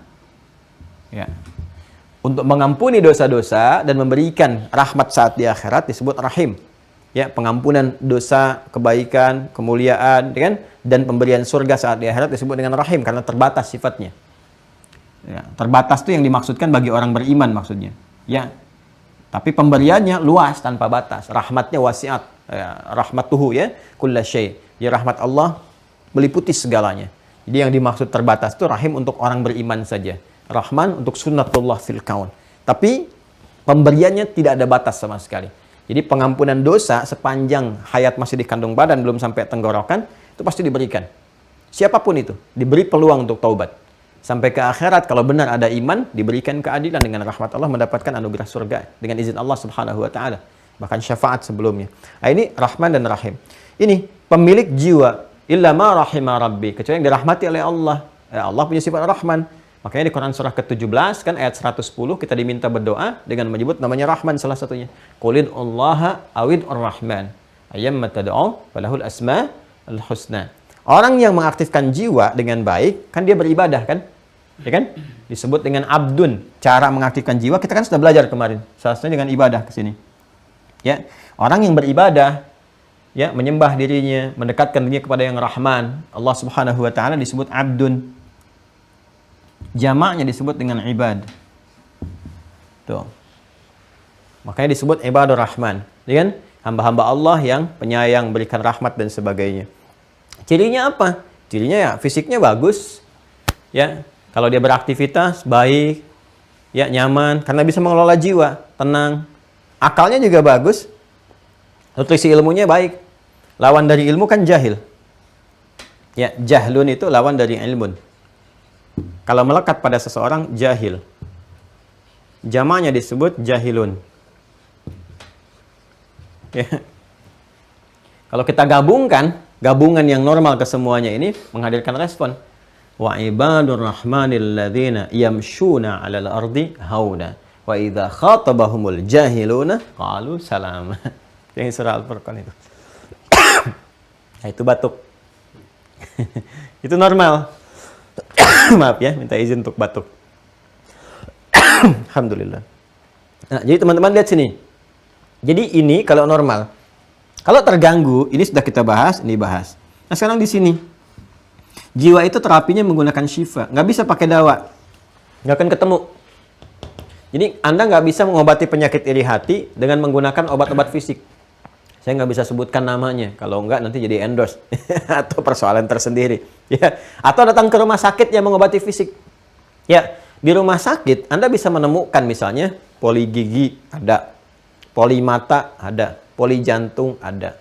Tapi saya belum pernah temukan misalnya poli ria. Poli dendam. Dengan poli hati. dalam konteks ini nggak akan ketemu. Akan ketemu. Kenapa? Karena bukan dakwah. Jadi orang-orang medis pun sudah mengerti. Ini terapinya nggak bisa menggunakan ini. Ya, makanya orang-orang yang punya persoalan di jiwanya paling standarnya itu ya paling dikonsultasikan kemana? Psikolog paling. Ya, psikolog juga membahasnya dari apa? Dari segi karakter aja. Gimana perilakunya? Ini apa? Baru diberikan terapi. Pada karakter itu pun masuk ke fisik juga. Paling dalam masuknya kemana? Paling dalam itu masuknya ke akal. Sini. Ya, supaya mensupport ke akal. Tapi kalau nggak kena sampai ke jiwanya, wah, belum tentu juga tuh. Apalagi kalau dicek sama alat pun masih standar. Wah, itu bahaya sekali. Kalau fujurnya yang naik, itu yang jadi psikopat itu. Ya, macam-macam itu. Jadi kelihatannya biasa-biasa, tapi jiwanya sangat bermasalah. Nah, nggak ada cara lain kecuali ini syifa. Ya. Nah, syifa ini puncaknya di mana ditemukannya gitu kan? Cuma di Al-Quran. dan penjelasan hadis Nabi sallallahu alaihi wasallam. Ya, karena Quran disebut langsung oleh Allah juga perannya syifa. Sebagai syifa selain membawa rahmat. Itu di Quran surah ke-17 itu. Ayat 82. Al-Isra. Ayat 82.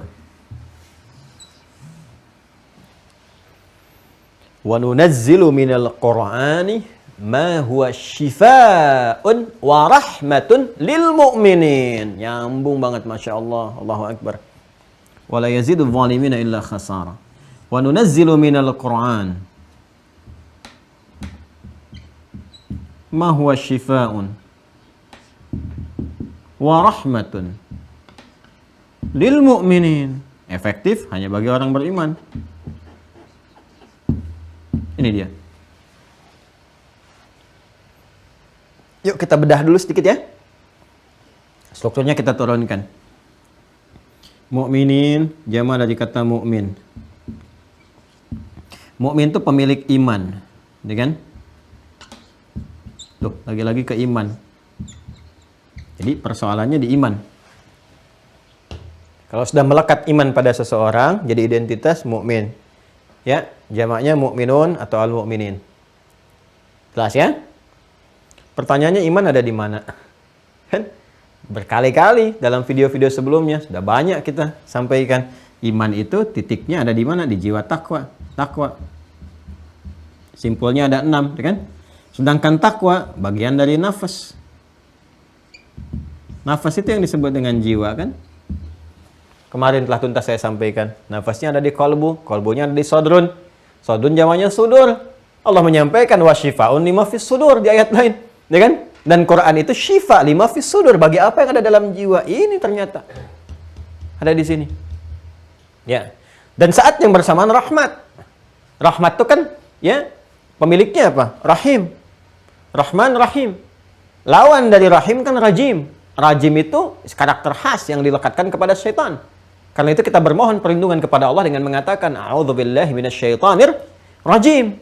Sifat rajim setan, rajim itu kan melempar dan terlempar. Rajim wal marjum, terlempar dari rahmat Allah, melempar keburukan kepada orang lain supaya sama-sama terlempar dari rahmat Allah. Paham ya? Ya, terlempar dari rahmat Allah dan melemparkan itu kepada pihak lain supaya sama-sama terlempar dari rahmat Allah. Supaya ikut berdosa semuanya. Ya, dalam bentuk apa? Was-was. Kemana was-was diberikan? Kepada sudur. Alladzi waswisu fi sudurin nas. Supaya nggak dapat was-was atau saat kena, gimana ngobatinnya? Dengan syifa. Wa syifaun lima fis sudur. Dari mana bentuknya? Quran.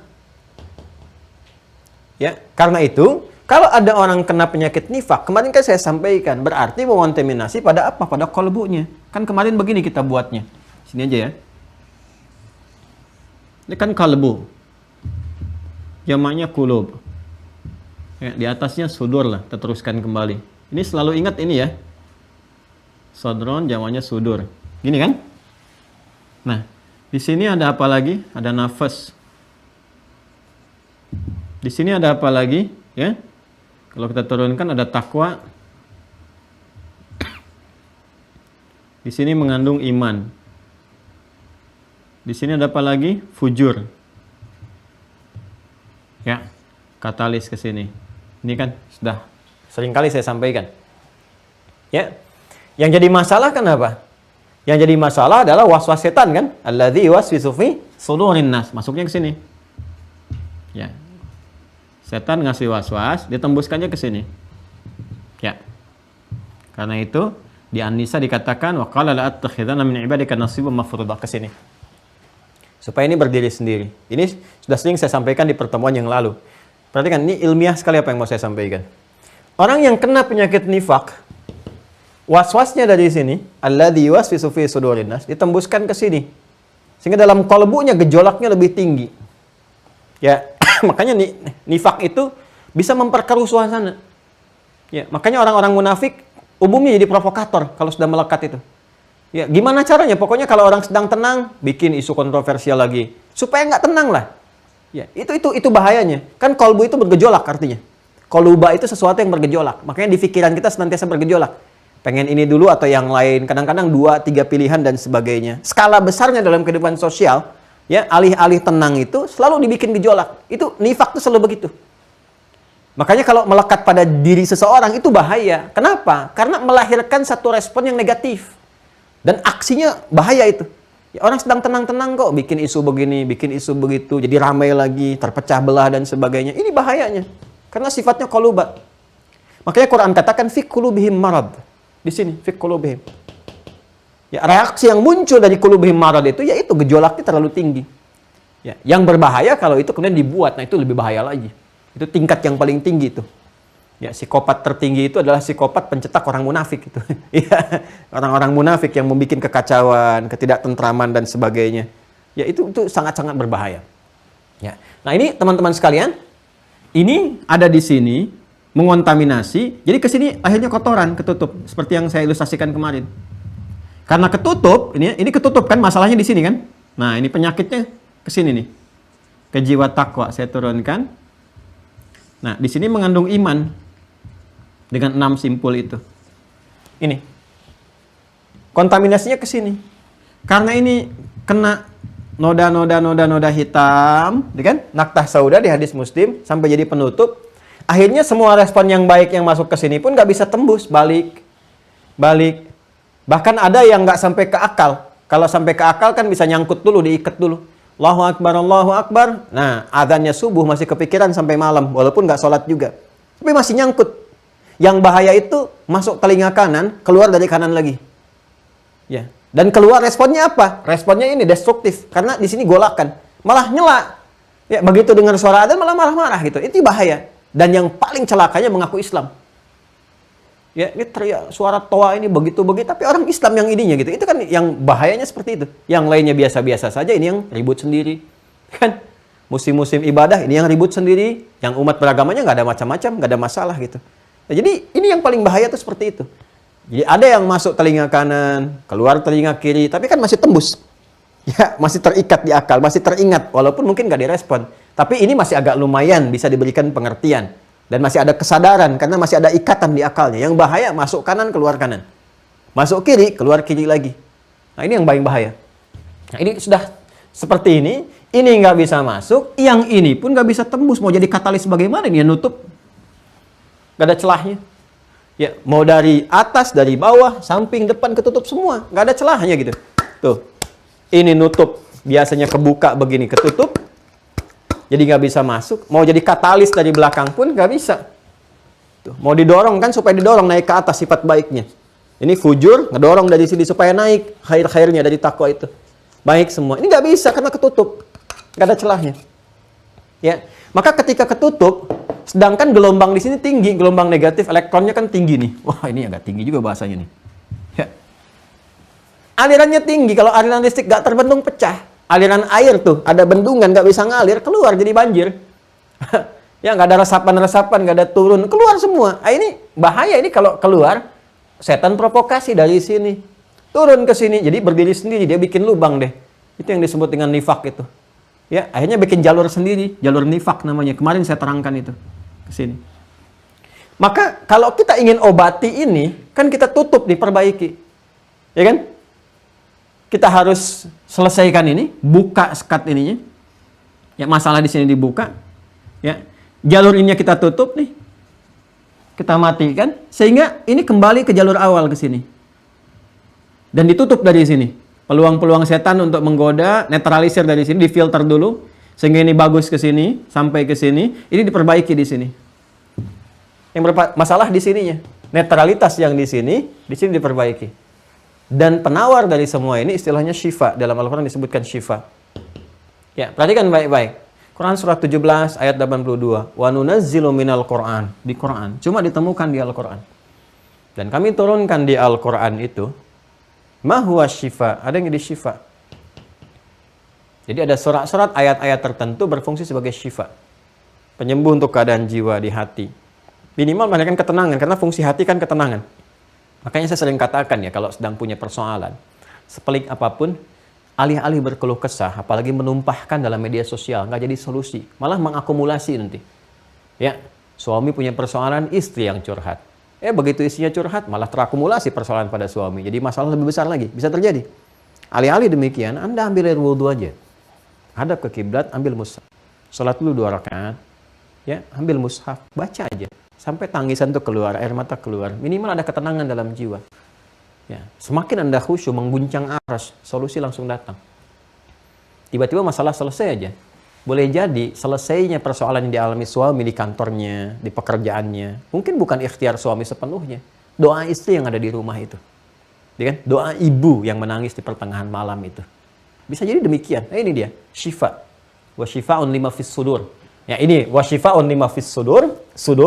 Jadi alladzi yuwaswisu fi sudurin nas wa syifa'un lima fis sudur. Netralisir di sini. Yang di sininya ma huwa syifa'un wa rahmatun. Untuk siapa? Lil mu'minin. Siapa mukminin? Jama' dari mukmin. Siapa mukmin? Pemilik iman. Iman ada di mana? Di sini. Ini yang kita perbaiki. Ya kan? Nah, sekarang tugas kita apa? Tugas kita bagaimana memperbaiki ini dengan syifa. Dari syifa ini dapat rahmat. Kalau jiwanya dapat rahmat, kembali normal. Itu yang dimaksud Quran surah ke-12. Ayat 53. Ya, wa ma ubarri'un nafsi, nafas. Di mana nafas? Ya ini dia dalamnya. Innan nafsa la ammaratun bisu. Sungguh nafas itu kalau nggak normal, ini berpenyakit, la ammaratun bisu. Fujurnya naik sendiri. Ya. Fujur naik sendiri. Kalau ini sudah naik, nih, ini kan fujur itu sifat. Sifat baiknya namanya fajrun wal fajar, salat fajar tuh, ya kan? Jeleknya namanya fujur. Kata kerjanya sama dari satu kata, namanya fajara. Fajara yafjuru. Tuh. Suatu yang merambat. Fajara itu verb, kata kerjanya. Ya, sifat yang keluar kalau positif disebut fajrun. Bisa infajar, bisa fajar. Makanya nanti subuh kenapa disebut dengan salatnya fajar salah satunya. Pakai Quran lagi, Quranul Fajr. Quran surah ke-17 ayat 78. Aqimis salata liduluki syamsi ila ghasaqil laili wa Qur'anal Fajr. Ya, kenapa subuh disebut dengan salah satunya salat fajar? Karena ada 2 nama, subuh dan fajar. Kenapa disebut fajar? Karena saat kita tertidur itu ada panggilan Allahu Akbar, Allahu Akbar. Nah, di iman kita itu menjawab panggilan itu lewat respon, gelombang keimanan kita. Terpancar gelombang keimanan dalam jiwa kita yang mengingatkan kita, memberikan alarm kepada diri, cepat bangun. Ada suara adzan memanggil. Nah, pancaran kebaikan yang dari jiwa itu yang disebut dengan fajar. Kalau sudah berbentuk materi, infajar namanya. Makanya air yang memancar, kalau Anda gali mata air, keluar airnya, itu infajara. Infajar namanya. Ya, infajar. Kalau materi-materi fisikal, infajar. Ledakan bom, infijar. Air memancar, infajar. Quran surah kedua ayat 60. Wa idhistasqa Musa liqaumihi faqulna dhrib bi'asakal hajar fanfajar. Fanfajarat min husnata asyrata aina. Kalau dia bukan materi fisik yang terlihat, pancaran gelombang macam-macam, itu fajar. Kalau baik, fajar. Kalau jelek, fujur. Nah, cinta yang positif memancarkan gelombang-gelombang, gitu kan? Ya, itu fajar namanya. Ya, gelombang kita untuk menaati perintah Allah, fajar. Makanya salatnya disebut salat fajar namanya. Kalau gelombangnya negatif, fujur namanya. Ya. Kata kerjanya, fajara. Makanya Nabi menyampaikan di hadis riwayat Al-Bukhari itu, Kitabul Iman, nomor hadis ke-34. Dari Abdullah bin Amr ibn As, yang saya sampaikan kemarin. Wa idha khasama fajara. Kalau sudah kompleks penyakit nifaknya itu, kalau punya perselisihan pun, dia meninggalkan kawannya, tapi merencanakan bagaimana menghancurkan temannya itu. Dia udah nggak peduli, jadi nggak kepikiran lagi, gelap tuh. Dispute keadaan dirinya itu. Ya, dia gelap.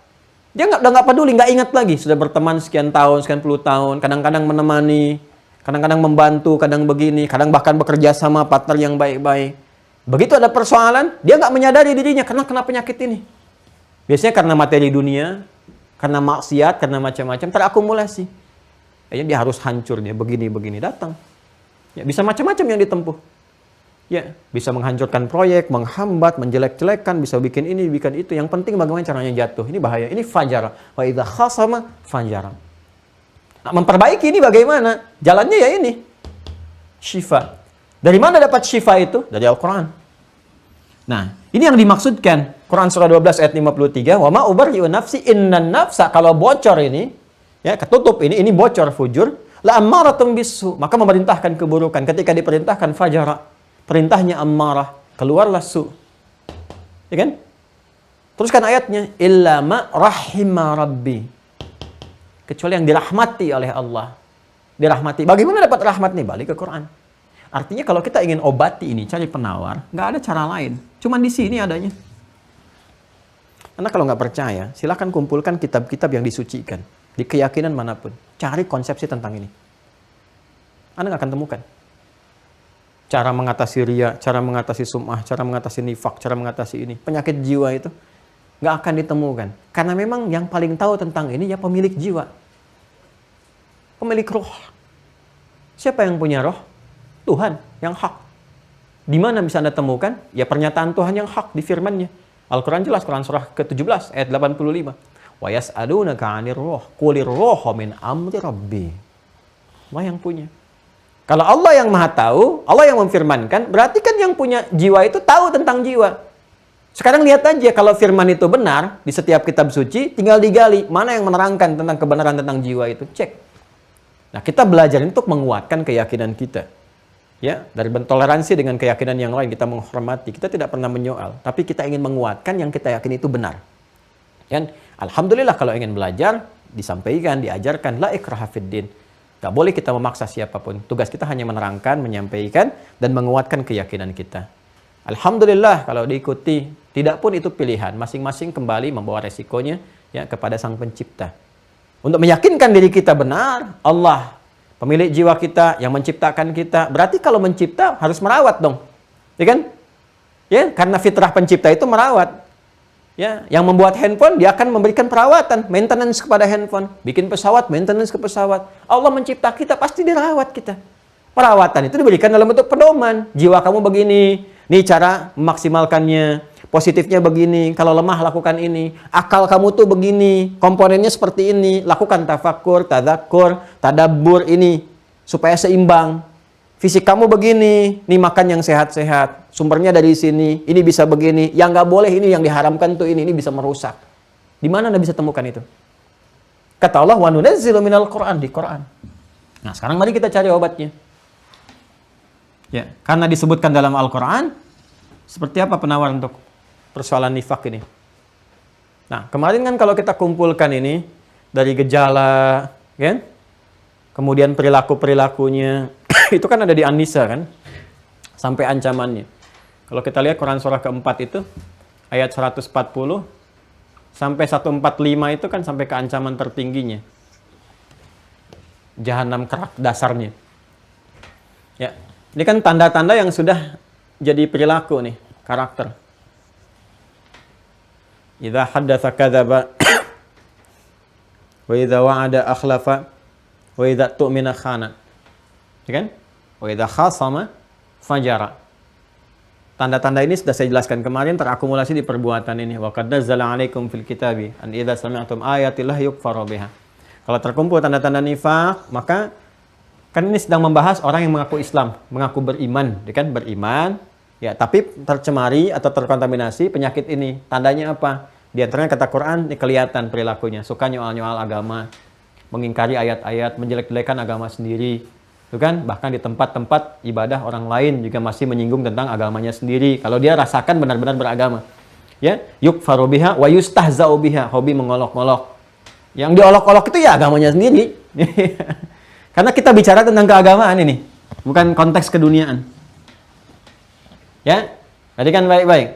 Fala taqudu mahum in hatta yakhudu fi haditsin ghairi innakum idzam mithluhum innallaha jami'ul munafiqin, ketemu munafik, ya, sudah ketemu nifaknya.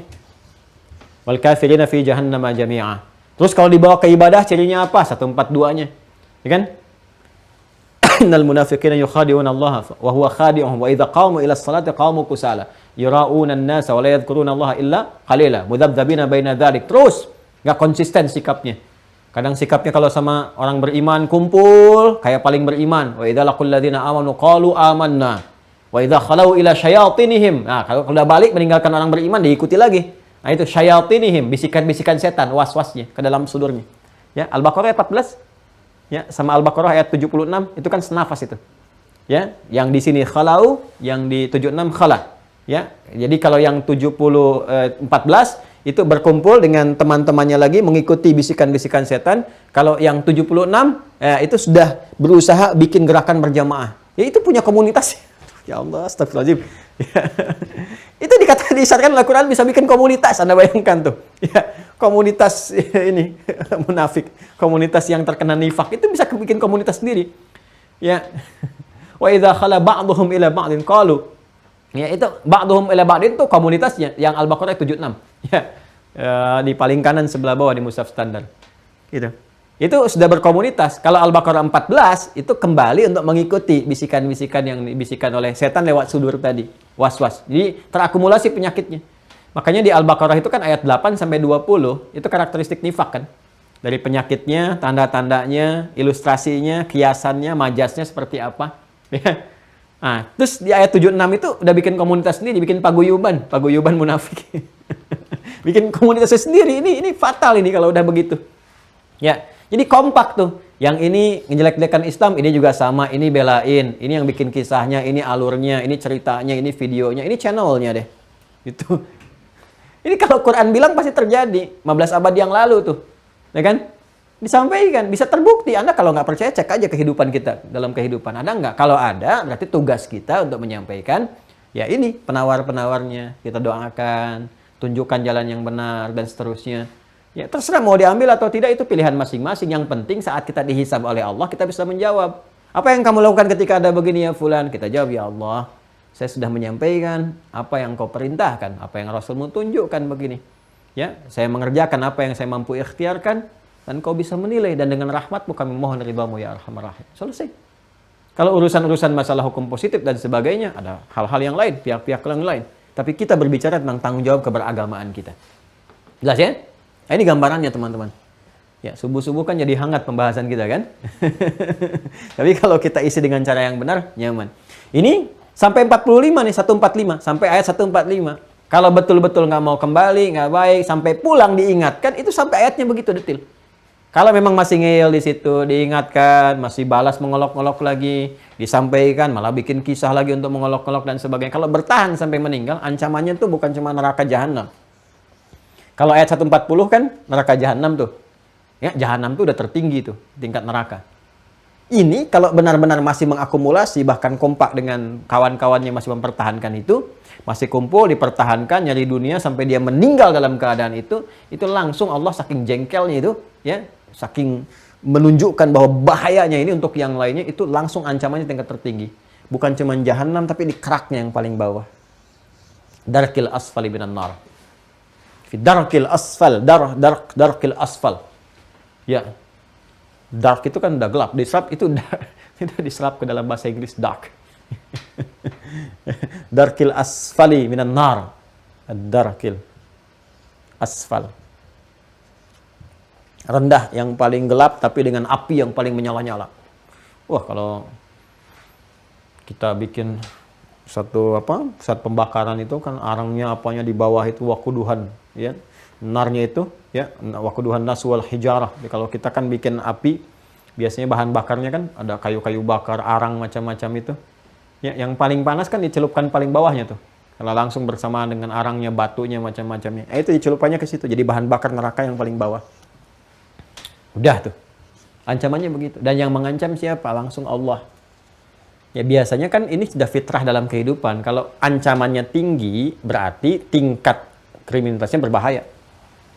Extraordinary crime. Paling bahaya. Narkoba, ancamannya mati. Kalau di pesawat kan dikasih tahu tuh. Dari luar negeri. Jangan bawa-bawa hal-hal macam-macam terkait narkotika. Ancamannya bisa death, gitu kan. Kematian. Ya, dan sebagainya. Maka orang ya nggak akan nekat. Makanya kalau langsung tinggi nih, korupsi, hukuman mati misalnya gini, maka orang mau terfikir untuk mau korupsi pun, wah bisa nggak mikir, nggak mau gitu kan. Ancamannya itu. Jadi kalau semakin tinggi ancaman artinya semakin berbahaya. Nah ini kalau semakin tinggi, ini ancaman tertinggi kan neraka jahanam, itu udah tinggi. Kalau sampai keraknya tinggi banget. Ya, tinggi banget. Kalau sudah ngambil resiko ini juga kebangetan namanya. Jelas ya? Ini yang paling berbahaya nih. Nah, sampai segini pun kalau diancam ini teman-teman sekalian, harusnya mengerti sih. Nah, supaya paham kan ada yang malah kalau sudah terakumulasi itu ini agak susah ini, butuh doa-doa yang ekstra. Ya nggak apa-apa deh masuk neraka jahanam juga, nggak apa-apa masuk di neraka paling bawah juga. Ntar kita kumpul-kumpul lagi ya di sana, ntar kita begini. Nah ini yang kadang kalau sudah begini nih harus agak ekstra nih. Ya, Quran tuh kalau udah nyampaikan isyaratnya pasti terjadi. Pasti ada gitu.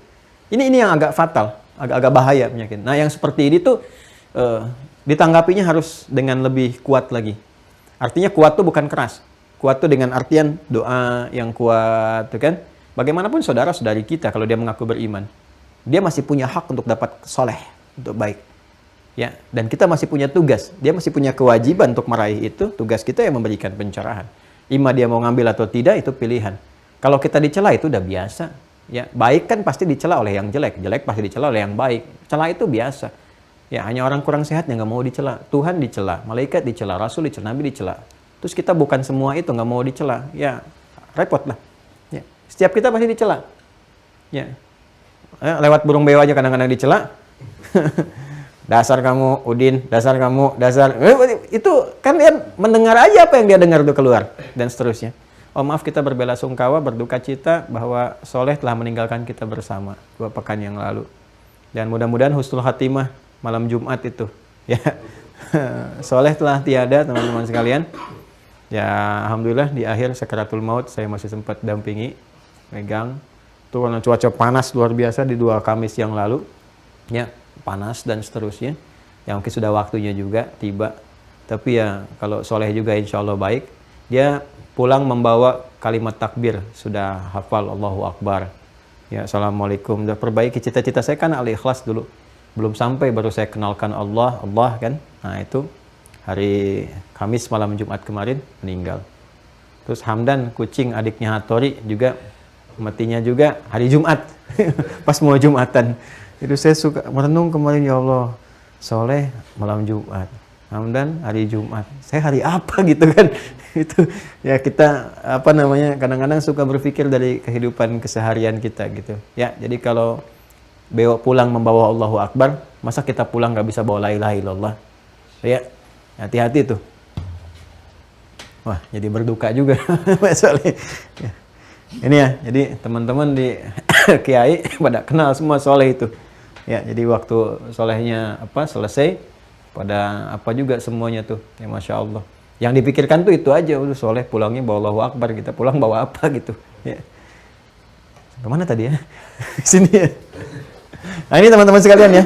Darkil asfali minan nar. Nah ini kalau masih ada hak lah untuk menjadi baik. Jadi kita berusaha sebaik-baiknya. Nah karena itu setelah ini disampaikan, diseimbangkan dengan usaha kita. Jadi Allah memberikan ancaman supaya sadar, diseimbangkanlah karena dengan obat, naik obatnya. Dokter kan kalau mau ngobatin kadang-kadang begitu. Bapak kalau nggak mau ini bisa meninggal Pak. Kan? Ini sebahaya nih penyakitnya. Kan dokter suka begitu kan? Nah, maka ini fitrah kan. Kamu kalau nggak begini, ancaman neraka nih. Kan? Tapi sengancam-ngancamnya dokter masih sayang kan? Masih kasih obat kan? Apalagi Allah yang punya sifat rahim. Ya, maka ayat 146-nya itulah syifanya. Ayat 146. Quran surah 4 ayat 146. Ya. Itulah syifanya. Itu penawarnya, itu obatnya. Ada 4 obatnya. 4 tablet, 4 kapsul. Ya. 5 kali dalam sehari. Ada 2 kali 3 dan sebagainya. Ini ada 4 nih. Quran surah 4 ayat 146. Dah? Illal ladzina tabu. 1 at-taubat. Dah ya?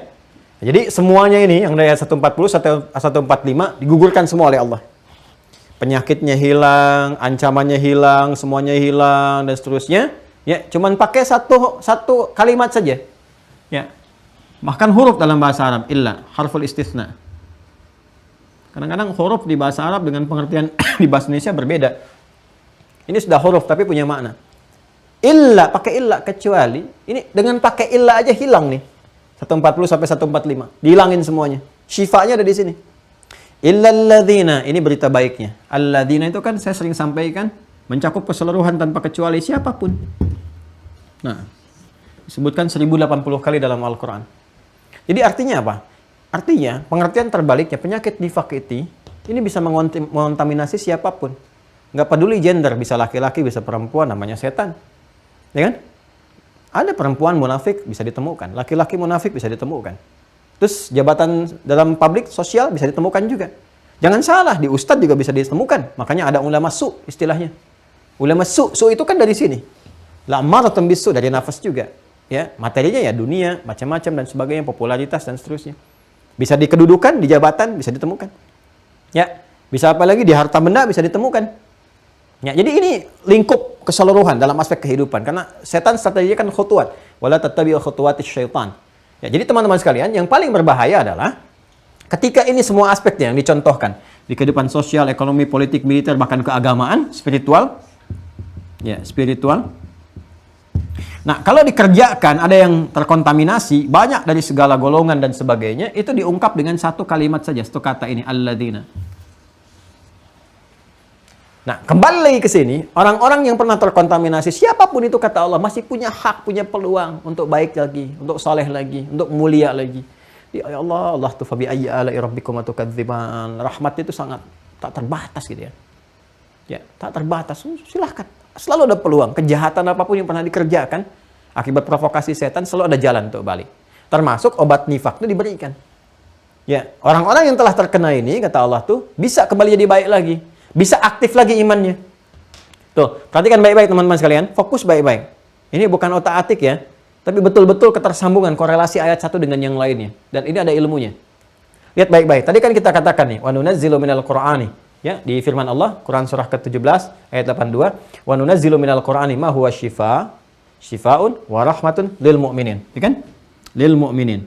Wa la yazidu dzalimina illa khasara. Perhatikan baik-baik. Jadi yang normal itu kan mukmin ini, yang normal. Imannya sehat, sini. Belum terkena. Nifak mengotori. Sekarang kalau kita ingin bersihkan, berarti membersihkan ini kan? Ya, membersihkan ini.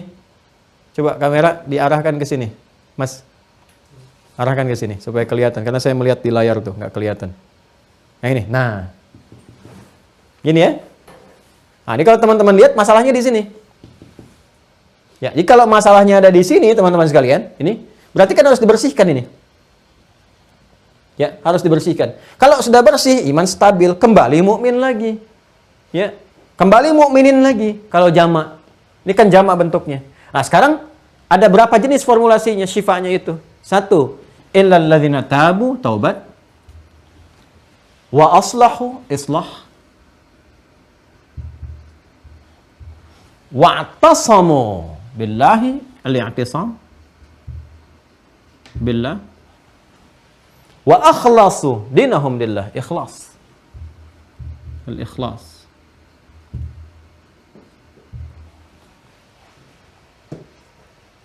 Sudah? Lihat baik-baik 4 ini. At-taubah, islah, i'tisam, ikhlas. Sudah? Lihat ujungnya. Faulaika ma'al mu'minin. Maka mereka itu akan dikembalikan kepada keadaan iman yang benar bersama orang-orang mukmin lagi. Tuh. Wa sawfa yu'tillahul mu'minina ajran 'azima. Dan kalau sudah seperti itu, orang-orang beriman hidup lagi cahayanya. Kalau sudah hidup, Allahu Akbar, kuat lagi ibadahnya, keluar lagi pahalanya. Bahkan bisa mengalir lebih besar, bahkan bisa menjadi kisah, inspirasi. Jadi apapun kalau terkontaminasi dengan penyakit nifak ini, kalau 4 formulasi dikerjakan, bersih keadaan hati. Jadi sifat fujur ini bisa ditekan kembali, was-was dihentikan, gelombang ini ditutup, ya kan? Ini dibuka, salurannya dibuka kembali, bikin resapan-resapan yang baik, ke sini masuknya, ya. Jika keluar lagi normal seperti biasa. Pahala mengalir lagi. Berarti formulasinya 4 ini. 1, taubah. 2, islah. 3, i'tisam. 4, ikhlas. Bahkan di surat At-Taubah, surah yang ke-9, itu banyak disebutkan karakteristik nifak. Ya, kalau Anda baca surah At-Taubah itu akan ditemukan kisah-kisah di Yathrib di Madinah dulu. Ya, bagaimana kisah Abdullah bin Ubay bin Salul, tentang Masjid Dirar, tentang macam-macam, ada di sini itu. Ya. Hati-hati itu. Ya, jadi di sini kita harus keluarkan 4 ini. Ya, berarti formulasi yang pertama taubat, kemudian yang kedua apa? Islah, ketiga i'tisam billah atau bihablillah, kemudian yang terakhir adalah al-ikhlas, wa akhlasu dinahum lillah. Maka mereka itu akan kembali kepada keadaan normal. Ya. New normal, keadaan normal yang baru gitu ya. Nah, ini pada jiwanya, keadaan normal lagi, Kemudian setelah itu keluar lagi dan berpeluang untuk mendapatkan pahala-pahala yang melimpah. Wasaufa yu'tillahul mu'minina ajran 'azima. Nah, dari sini kita harus keluarkan. Bagaimana cara taubatnya? Itu. Kemudian seperti apa islah yang harus ditunjukkan dilakukan? Kemudian bagaimana cara dia i'tisam billah, ya mengaitkan dirinya kepada Allah supaya kuat, ya terjaga dan terjauh dari provokasi setan. Yang keempat itu, nah, kemudian bagaimana menjadikan semua perbuatan yang dia kerjakan, terutama ibadahnya, ikhlas karena Allah Subhanahu wa taala. Itu materi yang akan kita bahas di pertemuan berikutnya insyaallah. Ya, 4 formula ya, dari penawar nifak. Itu insyaallah 4 formula ini, syifa ini kita akan bahas di pertemuan berikutnya. Esok hari insyaallah kita akan teruskan teman-teman sekalian untuk menurunkan detail ini. Bagaimana tobat yang baik, caranya seperti apa, terutama untuk mengatasi penyakit nifak. Kemudian apa yang dimaksud dengan islah, caranya bagaimana, sampai ke bagian bawahnya. Ya, saya kira itu yang bisa disampaikan di kesempatan kali ini. Semoga ada manfaat yang bisa kita kaji. Lebih daripada itu, saya ingin utarakan 2 hal juga yang cukup penting. Yang pertama, teman-teman sekalian, masih ada yang pertanyakan tentang pendaftaran di Mira. Ya, kita sudah berlangsung seperti biasa, normal, silahkan. Ya, di angkatan yang kedua sudah mulai dibuka. Ya, normal saja seperti biasa, seperti yang kemarin, prosesnya sama, tidak ada perubahan, ikuti petunjuk di admin. Ya, dan yang kedua ini hanya sedikit karena nanti yang pertama kan 8 ribuan kalau nggak salah itu ya. Ada 8 ribu ya. 8.400. Yang kedua ini kita mau genapkan dulu supaya jumlah 10.000. Jadi mungkin 1.600 lah untuk dibuka dulu. Jadi 10.000 nanti kalau kita bagi lebih enak ngebaginya supaya efektif kita memberikan pengajaran-pengajarannya. Jadi hanya ada kurang lebih 1.600-an lah ya. Untuk angkatan kedua ini kita buka dulu. Setelah itu nanti kita akan optimalkan di Zoom. Ya, walaupun nanti yang teman-teman di umum yang YouTube yang ingin ngambil manfaat boleh silahkan juga ya secara umumnya kalau kita upload. Atau nanti yang Mira khusus bisa mengakses lewat juga aplikasi di Wah Corner. Sekarang sedang disiapkan. Ya, besok saya akan keluar kota kembali untuk rapat dengan tim untuk memudahkan pembelajaran Anda, teman-teman. Jadi saya berusaha semaksimal mungkin yang bisa dilakukan ya, supaya Anda bisa mendapatkan akses yang baik, belajar juga yang nyaman ya. Yang dengan itu saya hanya berharap kita sudah bersungguh-sungguh. Saya bersungguh-sungguh dari waktu, tenaga, pikiran dan sebagainya. Saya harap juga itu semua menjadikan kita juga bisa bersungguh-sungguh mempelajarinya dan mempraktekkan itu dalam kehidupan sehingga apa yang kita pelajari ada hasilnya. Ya, itu yang pertama teman-teman sekalian. Yang kedua, saya sudah membawa-bawa sampai kemarin saya rapat di lokasi untuk pembangunan pesantren itu sempat nggak terbawa juga. Yang teman-teman kumpulkan kemarin hasil dari rangkuman ada hampir 500 yang terbawa, tapi belum selesai semua saya lihat. Ya, mohon bersabar ya, dan di pekan ini selesai dan bisa diumumkan dan bisa disampaikan hasilnya kepada teman-teman semua. Itu saja yang ingin saya sampaikan. Semoga bermanfaat, semoga dirahmati oleh Allah Subhanahu wa taala. Mohon maaf bila banyak ditemukan hal-hal yang kurang berkenan, tidak tepat, mohon dimaafkan. In uridu illal islah mastata'at. Ya, dan tidak ada hal lain kecuali harapan-harapan kebaikan yang kami ingin hadirkan. Kalaupun caranya kurang berkenan, mohon dimaafkan, mohon ditunjukkan supaya bisa dikoreksi untuk menyampaikan dengan cara yang lebih baik. Terima kasih semuanya. Semoga sehat selalu, dirahmati dan diridhai oleh Allah Subhanahu wa taala dan bersinergi dalam kebaikan. Allahumma taqabbal minna innaka antas samiul alim wa tub alaina innaka antat tawwabur rahim. Allahumma inna na'udzubika minan nifaqi wal munafiqin.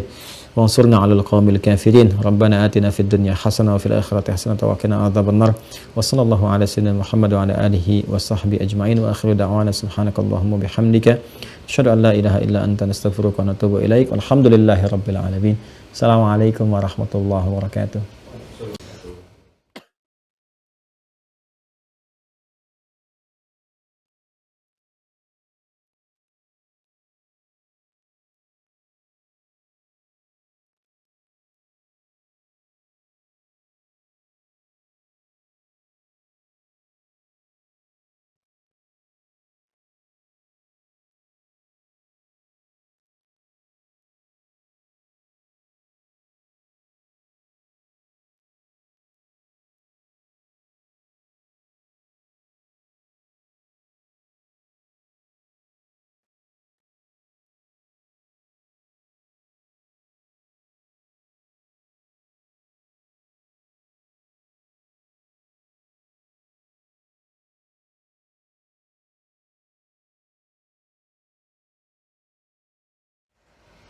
Alhamdulillahirabbil alamin. Jazakumullahu khairan katsiran pada guru kita semua, Ustadz Dr. Adi Hidayat LCMA. Mari kita bermohon pada Allah Subhanahu wa taala, semoga Allah senantiasa mengampuni dosa dan kesalahan beliau beserta keluarga, memberikan kesehatan, juga umur yang panjang dalam ketaatan, juga dimudahkan segala urusannya, baik urusan di dunia maupun urusan akhiratnya. Amin. Tidak lupa juga kita bermohon pada Allah Subhanahu wa taala untuk kita semua, semoga ilmu yang disampaikan menjadi ilmu yang bermanfaat dan kita dimudahkan untuk memahami juga mengamalkannya dalam kehidupan kita sehari-hari. Kembali kami ingin menginformasikan bahwa pendaftaran masih dibuka untuk angkatan kedua. Bagi teman-teman yang ingin tergabung menjadi mahasantri di Mira Institute, silahkan daftarkan diri teman-teman sekalian di website resmi mira.quantumachyar.com. Di halaman utama, silahkan teman-teman tekan tombol daftar, maka teman-teman akan diarahkan ke aplikasi Waha Corner. Atau teman-teman bisa mendownload langsung aplikasinya di Google Play Store. Silahkan dicari Waha Corner. Di halaman utama aplikasi Waha Corner, pilih paket buku spesial Mira Institute. Pastikan yang dipilih adalah paket buku spesial Mira Institute. Lalu ikuti arahannya. Pastikan email dan juga nomor telepon teman-teman ada WhatsApp-nya agar tim admin bisa mengirimkan username dan juga password, juga informasi lanjutan seputar kegiatan di Mira Institute kepada teman-teman sekalian. Setelah teman-teman mendapatkan username dan juga password, login kembali untuk melengkapi data diri teman-teman sekalian di website yang sama di mira.quantumachyar.com.